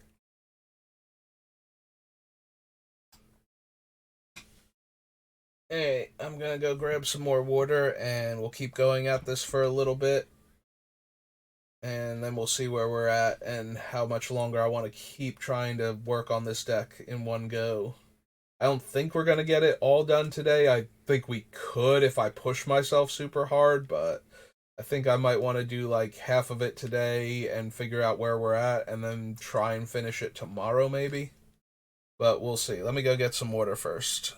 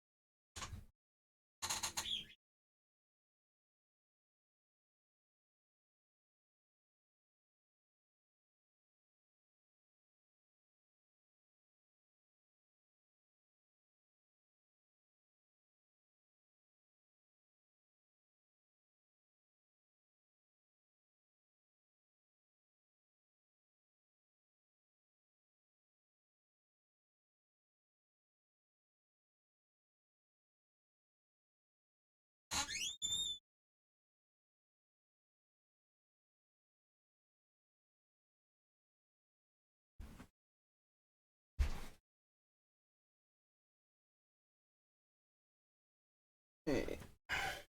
Headphones back on and get all situated. Be good to go.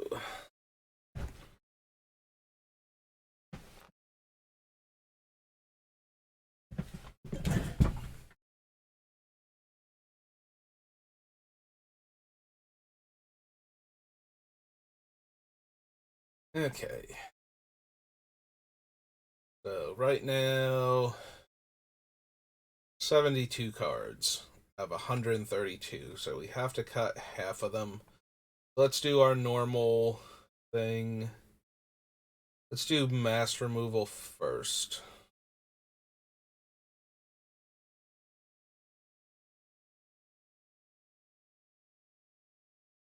Need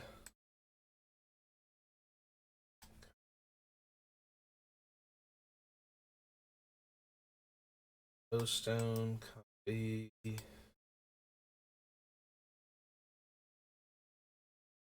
Course. Damnation. Relic. Ball Primus. Maelstrom Pulse. Oracle.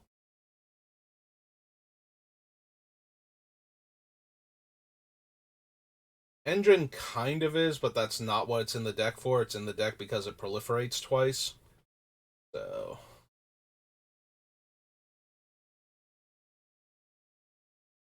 But it putting a -1/-1 counter on all of the opponent's creatures, and then being like each opponent's creature, and then being able to proliferate those counters to kill all of their creatures that were in play at the time.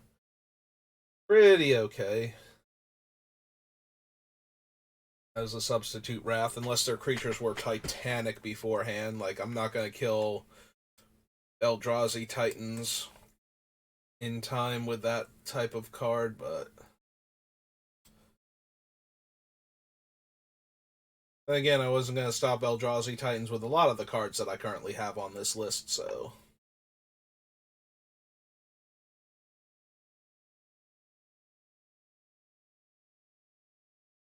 Banner, Chupacabra, Project, Casualties.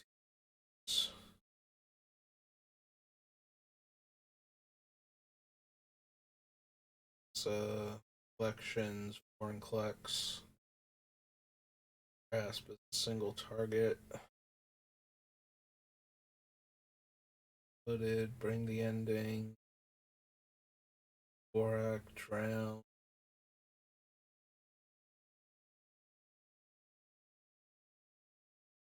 Staff of Completion. Spurs. Garrick's Wake. There.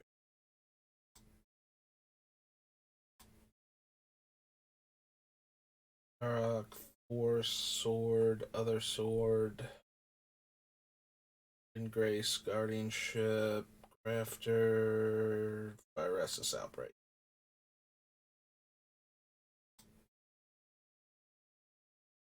It's not very many, is it? So.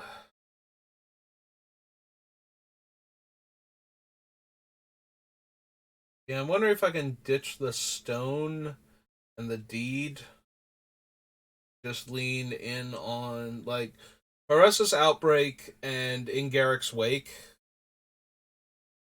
and Cyclonic Rift all nuke my opponent's board.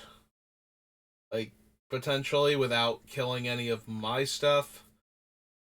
Damnation is just way cheaper and more efficient than most of them, and more guaranteed to work than the Outbreak is necessarily. Like, we can't kill any opponent's creature with 10 or more toughness with Outbreak, and we're unlikely to be able to kill anything above, like, 3 or 4 sometimes. Like, unless we're actually just winning the game and we need to not die. So, when we're losing the game and we need to not die, Pharessa's Outbreak is probably not going to be the thing that kills all of the stuff that's murdering us.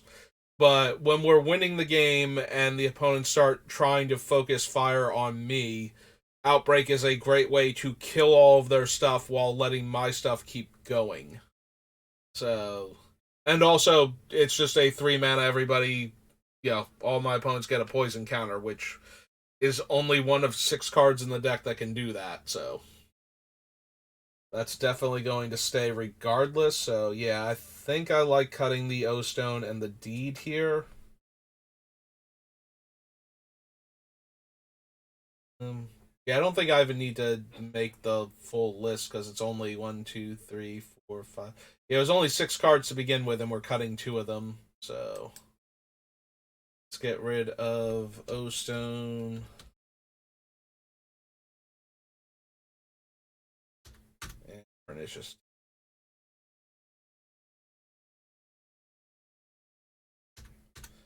Alright, so that's 2 more cards off the list. Brings us down to 130. Clear all. Alright, let's do the targeted removal now. Of Oubliette.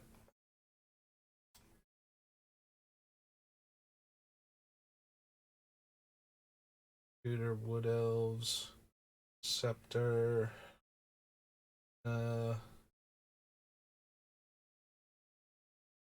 Witness, Grave Robber.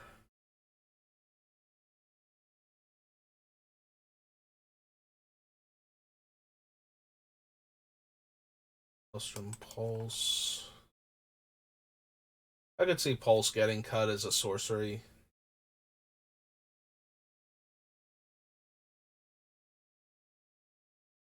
I might want to keep, like, normally the Oubliette gets cut because it's only an O-ring type effect, but the fact that we have Yarok to let this effectively phase out 2 creatures when it comes into play sometimes makes me more inclined to run it than I would normally be otherwise.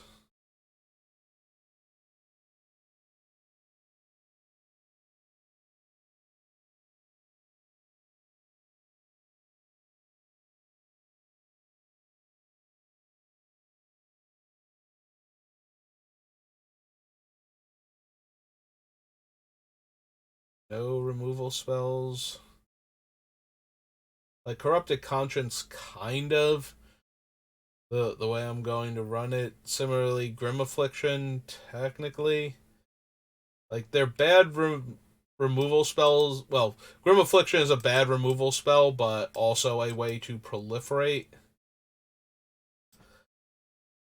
It is 3 mana. I'm wondering if I don't just want to cut Grim Affliction right now.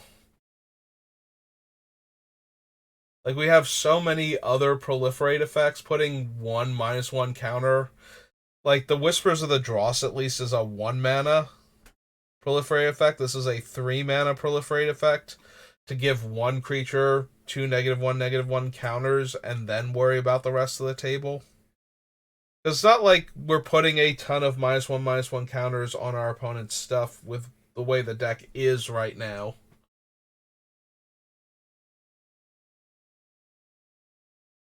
We're actually kind of hard pressed to do that. It's only our infect creatures getting into combat that really do that. So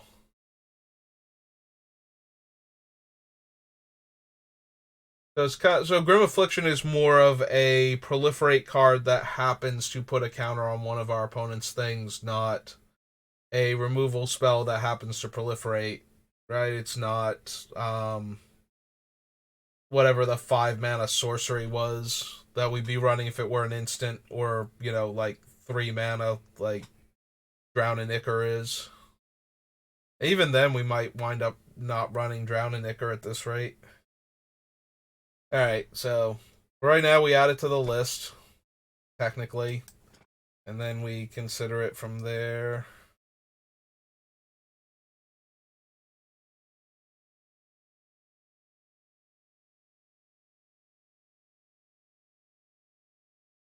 Gear Hulk.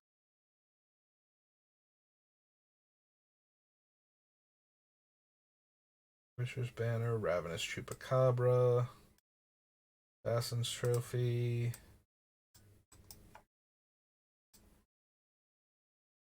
Hulk, Citadel, Casualties, My absolute favorites. We're adding it to the list so I can compare it, but Casualties is definitely staying.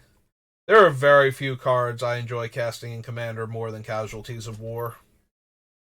Like, there's always a good target for like two of the modes, and there's usually a target for like 2 to 3 more of the modes, and that's just so much value. Infernal Grasp.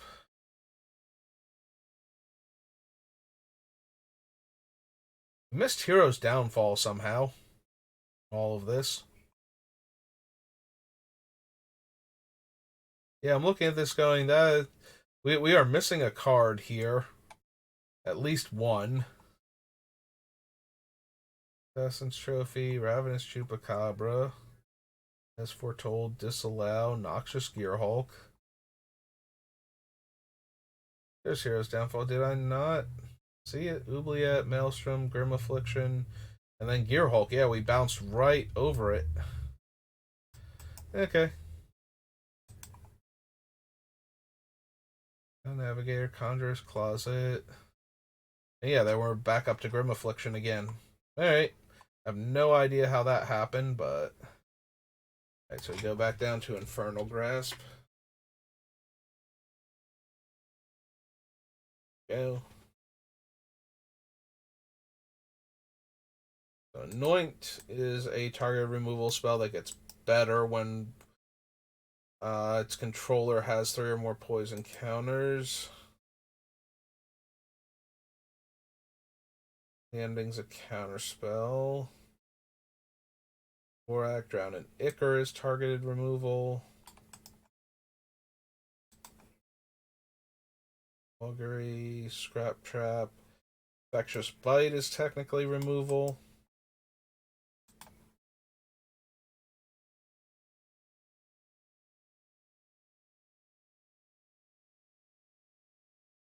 No. Thirsting Roots, no. Brutalizer, no.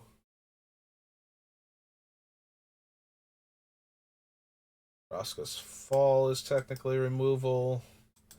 But let's be honest, we're running it for the 1 poison counter that we put on the opponents. Whispers of the Dross.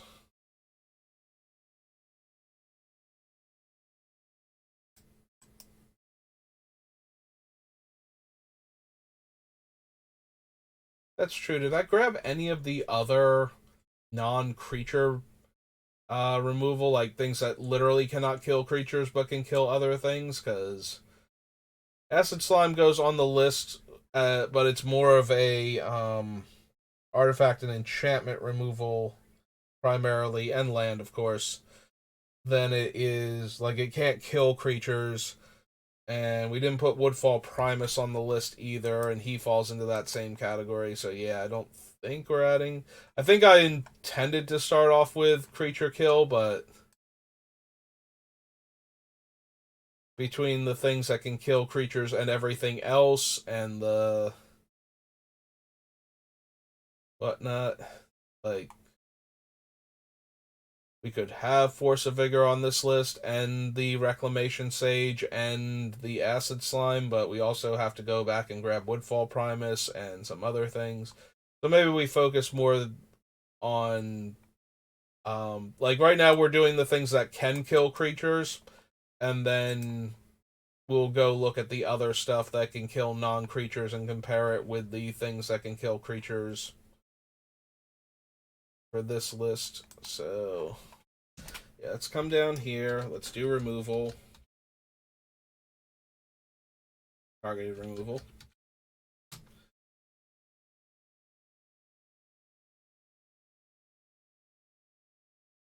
So Maelstrom Pulse. Okay, that's what I thought. Wait, it didn't print Maelstrom. You jerk. So Oubliette. Right. I don't know why this version of Word does that, but certainly does do that. Where I click on it, it's like, are you sure you wanted to put that there? It's like, yes. Why are you asking me like that? Like, oh, no reason. She went back to the text, so we thought maybe you didn't actually mean it. Get rid of Oubliette. Grim Affliction. Hero's Downfall, because that's where this goes, and get rid of that. Alright, so Gear Hulk. Ravenous Chupacabra. Yeah, having to double click on these things is so annoying. I don't know. Is that actually a thing? Exactly. Office clipboard. Office clipboard icon bar. Show status near test when copying. Okay, so that's not actually an option where I can just turn that off and just let it one click. Like, first I have to click to confirm that this is the thing that I want, and then I have to click it again, and that never used to be the case, and it is super annoying now.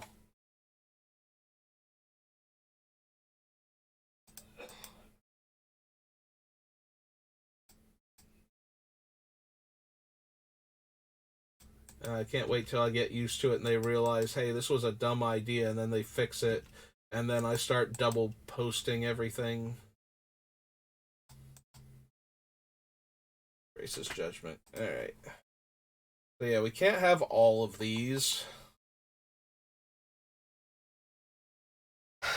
So I mostly want to keep the ones that work with what my deck is doing, but I don't want to do just comes into play abilities and um proliferate slash poison, because if we do that, then we don't have enough cards that can get rid of like Elish Norn or Hushwing Griff or any of those type of effects. And since our deck is so dependent on comes into play abilities, we definitely need to have multiple ways to reach out and kill those things that aren't shut down by them. So we want to get rid of all of the Torpor Orb effects without having to rely on comes into play abilities. That being said, I think we can get rid of Maelstrom Pulse as a sorcery. Oops, I had copy instead. It's fine, we'll just backspace then. As a sorcery, and the fact that it's extra game text just kills tokens, realistically, is like the only thing. Um,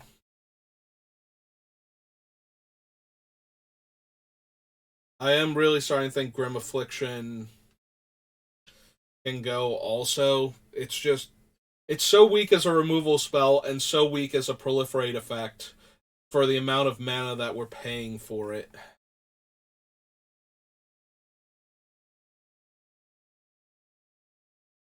Alright, I'm gonna need a couple minutes though, so I'll be right back.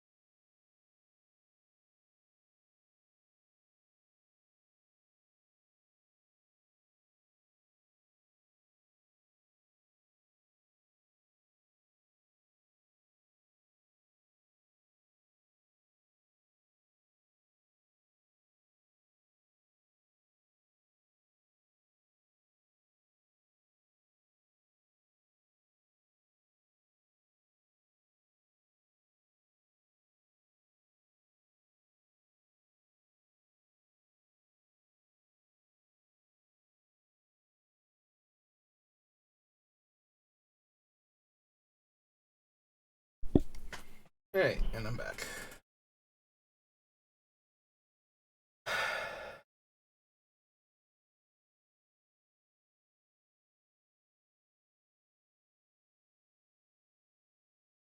Hmm. Looking at all the things we have.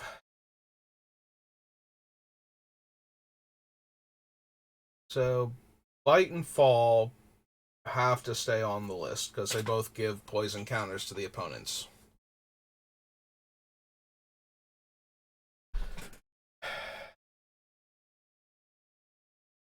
We can keep Oubliette because of the double trigger, but I feel like Oubliette's going to go the same way it normally does. The nice thing about Oubliette, though, is being able to get rid of, like, Norn if she's the commander. Because Norn is very bad for our deck as far as, like, I've made a whole lot of hay out of Norn not being as powerful as Sheldon initially thought, but that does not make her not very powerful, and this is the ideal deck for her to go against because she shuts down 90% of what the deck is doing while she's in play. So, we absolutely need to get her off of the table and keep her off. And if she is actually the commander, Oubliette does a lot of work towards that. And obviously it works pretty well with any either combo oriented or really shuts our deck down hard style commander, where killing it wouldn't necessarily be the best thing. Like, they would just be back in a turn or two and right back to business again. So,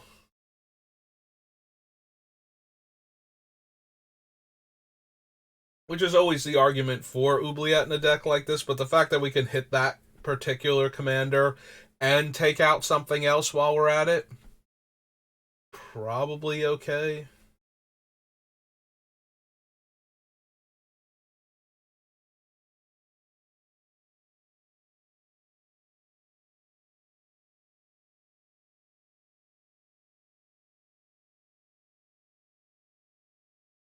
You can't keep all of these removal spells, though, so some things have to go.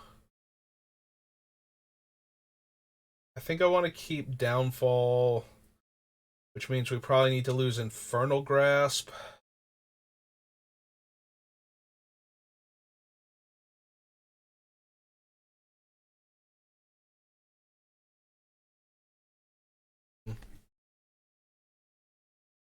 Yeah, I think we lose Infernal Grasp.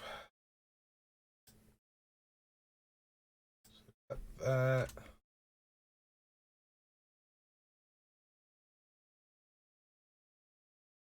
Wonder if we lose the Gear Hulk and just keep the Meteor Golem. Meteor Golem is more versatile than the Gear Hulk is.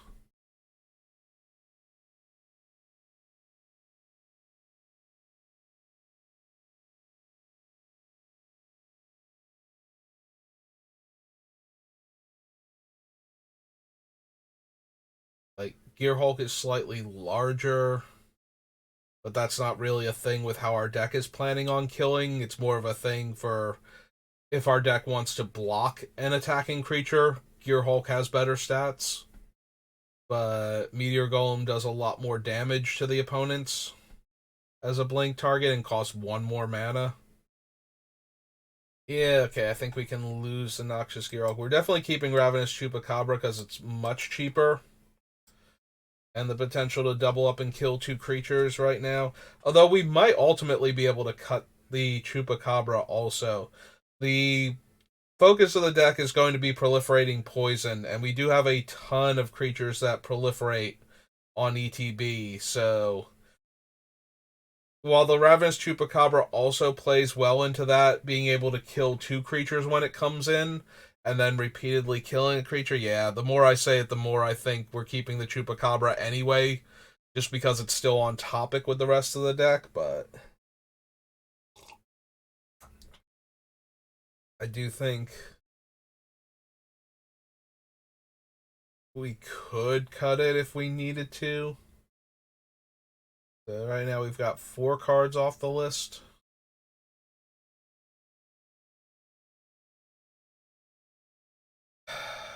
Anoint could hit Planeswalkers. I think I would cut Hero's Downfall also. The fact that it can't is one of the main things keeping it on the list. Casualties and Windgrace's Judgment are just like super good removal spells, just by virtue of being able to hit so many different things at a time. And yeah, every once in a while you're gonna kill something that you don't really care about, but if you're killing the things that you do care about and getting those things as, extra on the side, that's fine. There's nothing wrong with killing a random mana rock or something, as long as you're actually killing the problematic creature or enchantment or something that was messing with you to begin with.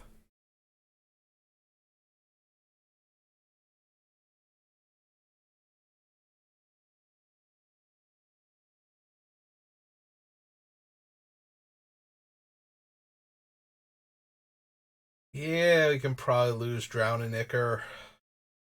We really want to proliferate a lot, but we have plenty of creatures that do that, and Drowning Ichor is just a terrible removal spell. All things considered. Like, yes, we can cast it early, but we can cast Anoint early too, and Drowning Ichor just keeps getting worse the longer the game goes on until the only thing it has going for it is that it's proliferating. Which means we can probably cut Whisper of the Dross also. -1/-1 is just not gonna cut it in most cases. If it was one of the ones that gave a poison counter, if it like -1/-1 to creature and then gave the controller a poison counter, it'd be like, no, yeah, we need that one. But that is not quite how it works, so that is not what we are going to be doing with it.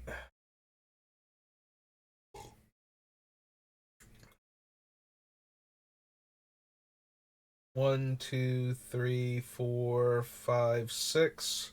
Leaves us with 1, 2, 3, 4, 5, 6, 7, 8, 9, 10. So we didn't get rid of quite half of them, which unfortunately we need to get rid of half of all of the remaining cards.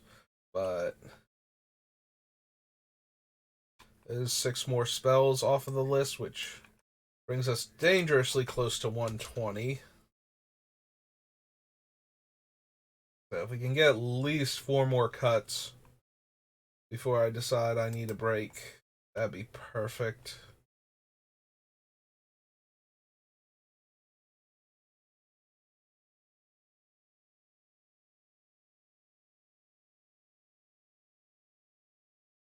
Yeah, Glacial Chasm right now, it's not. I'm not counting it as a land because it does not make mana, and that would be pretty bad, I think, to count as a land. But if we're just going to try and hide and proliferate for the rest of the game,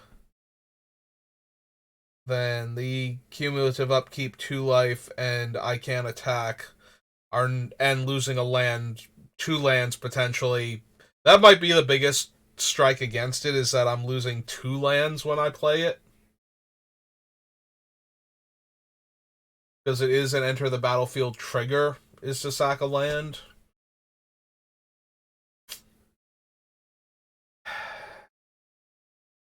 Maybe that's enough.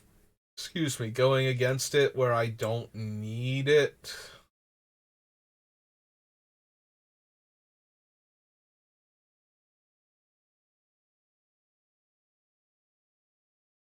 Like, the take no damage thing is very, very useful when people are trying to kill us because we're proliferating them to death.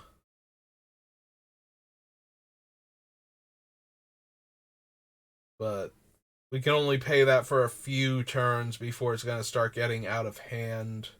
And flickering it is just way too. To reset is just way too painful right now. Especially if we did have to sacrifice both lands when it comes in. Yeah, okay, we can probably cut Glacial Chasm. It is worth considering, and this might be wrong, so feel free to include Glacial Chasm in your build of the deck and take out one of the cards that I leave in, but I think it's really close.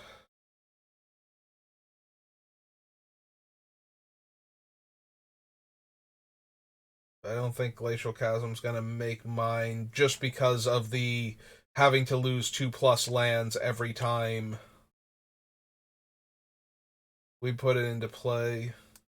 I think it's only two. I think Panharmonicon is only creatures and artifacts are copyable effects, so unless somebody has turned every card into an artifact with one of their effects, we should be good as far as that, but we would still have to sacrifice 2 lands for coming into play, and that's going to hurt. Like I said, we can't even blink it comfortably because of that. I don't think we have anything left in the deck that could blink it, but yeah, I think the time has come for Longbow to go.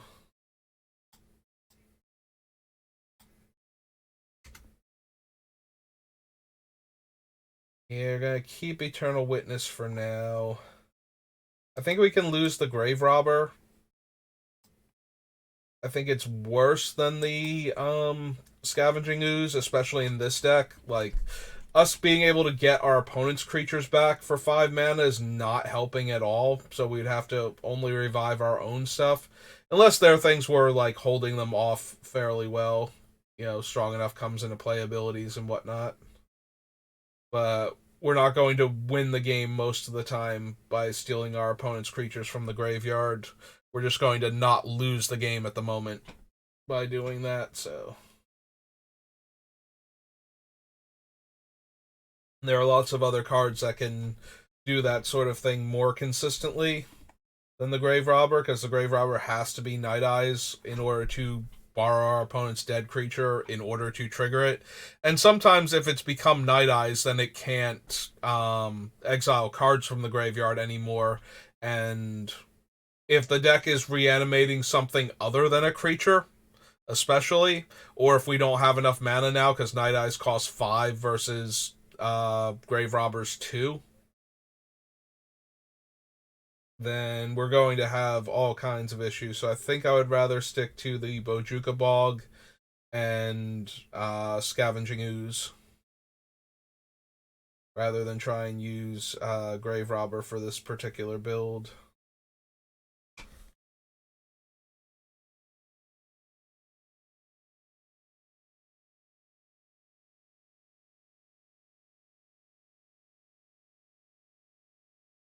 Oh, right.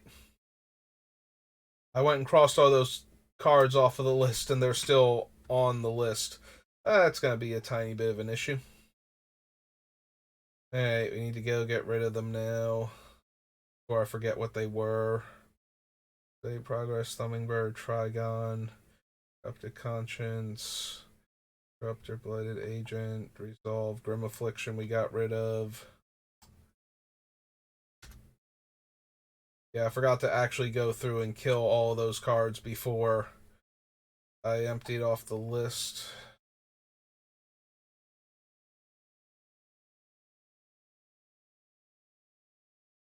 Got rid of Noxious Gearhulk. And the last one was the... Well, not the last one, but we got rid of Infernal Grasp, I believe. Right?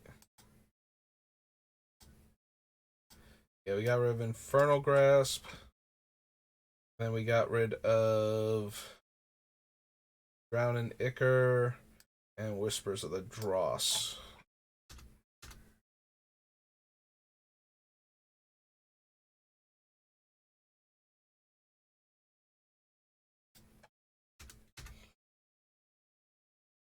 They were just cheap proliferate spells for the most part that happen to occasionally mess with creatures. Alright.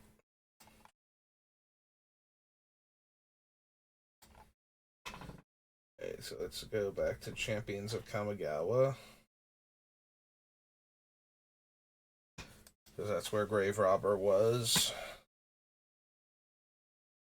Most recent thing we removed from the list, and then we encountered one of the cards that I had cut before. Do we want to cut Archmage Ascension? Maybe. Takes a while to get going. Once we have it going, we get to draw whatever card we want each turn, which is a really powerful effect. I kind of feel like it's right up there with Lighthouse Chronologist, though, in that we are not going to get the effect often enough. Either it's going to die or it's going to get us hated out too hard.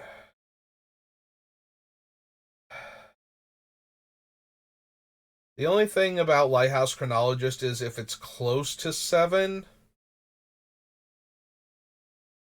then what'll happen is maybe we can get somebody to not kill it thinking that I need 2 more mana to activate it, and then I cast a spell instead to proliferate it, and it winds up going to 7 at inconvenient times for the players that could interact with it, and maybe we get an extra turn or 2 out of it. That still seems like an awful lot of hoops to jump through, and I could see it being correct to cut the Lighthouse Chronologist, but for right now, we'll keep going with it in the deck. Suppose we don't need Death Mantle anymore. Like, we don't have ways to sacrifice our creatures, so we're just counting on them dying to other effects and getting them back to re-trigger their comes into play abilities with Death Mantle. And I don't think this is an Ashnod's or Phyrexian Altar deck with things like just trying to reanimate the same proliferate creatures over and over again.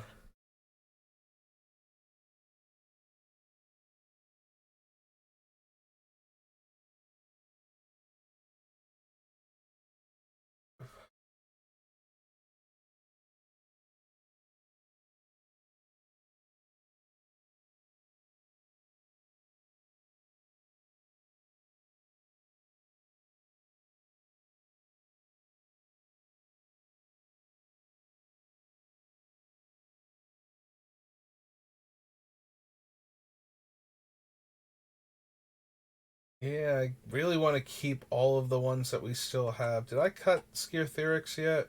Did I finally actually cut him? Looks like I did, yeah. Okay.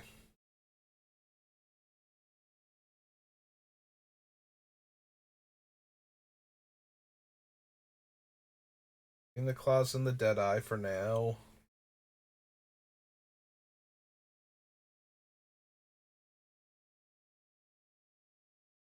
Yeah, I think we still want to keep the Progenitor Mimic if we can.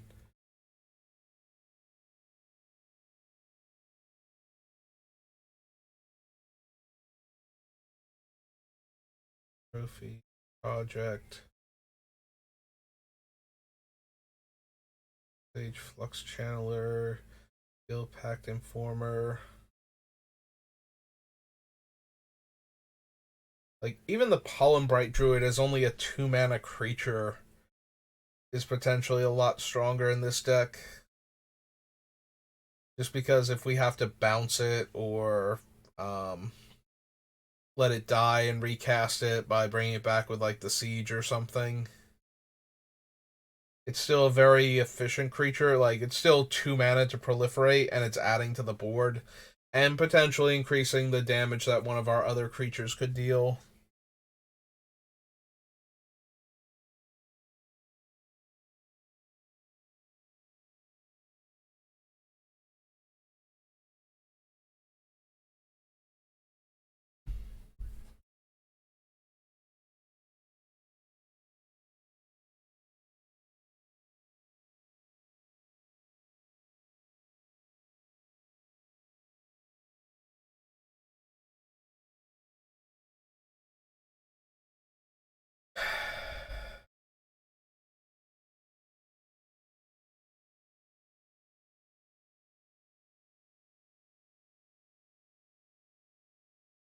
Alright, I think I might need to take a bit of a break now.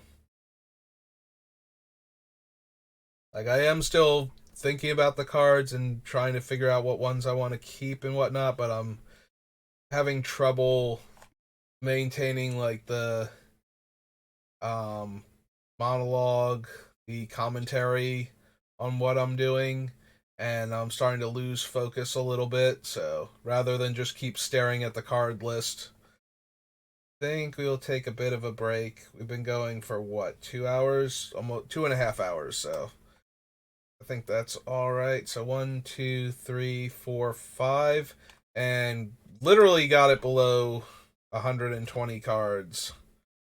So we only have to cut roughly half the remaining cards, and we'll have an entirely built deck. So save real quick. So I'll probably start working on it again tomorrow since I'm off again. They still haven't put me back on Fridays yet. Before I go do the F&M, but if I come back on tonight, it'll probably be to do some drafts or something. But we'll see. For right now, though, that's going to do it for me. So thanks for watching. I hope you enjoyed watching me build Yarok Poison. Thanks to Common of Legends for stopping by, and I will see you all next time. Have a good rest of your day.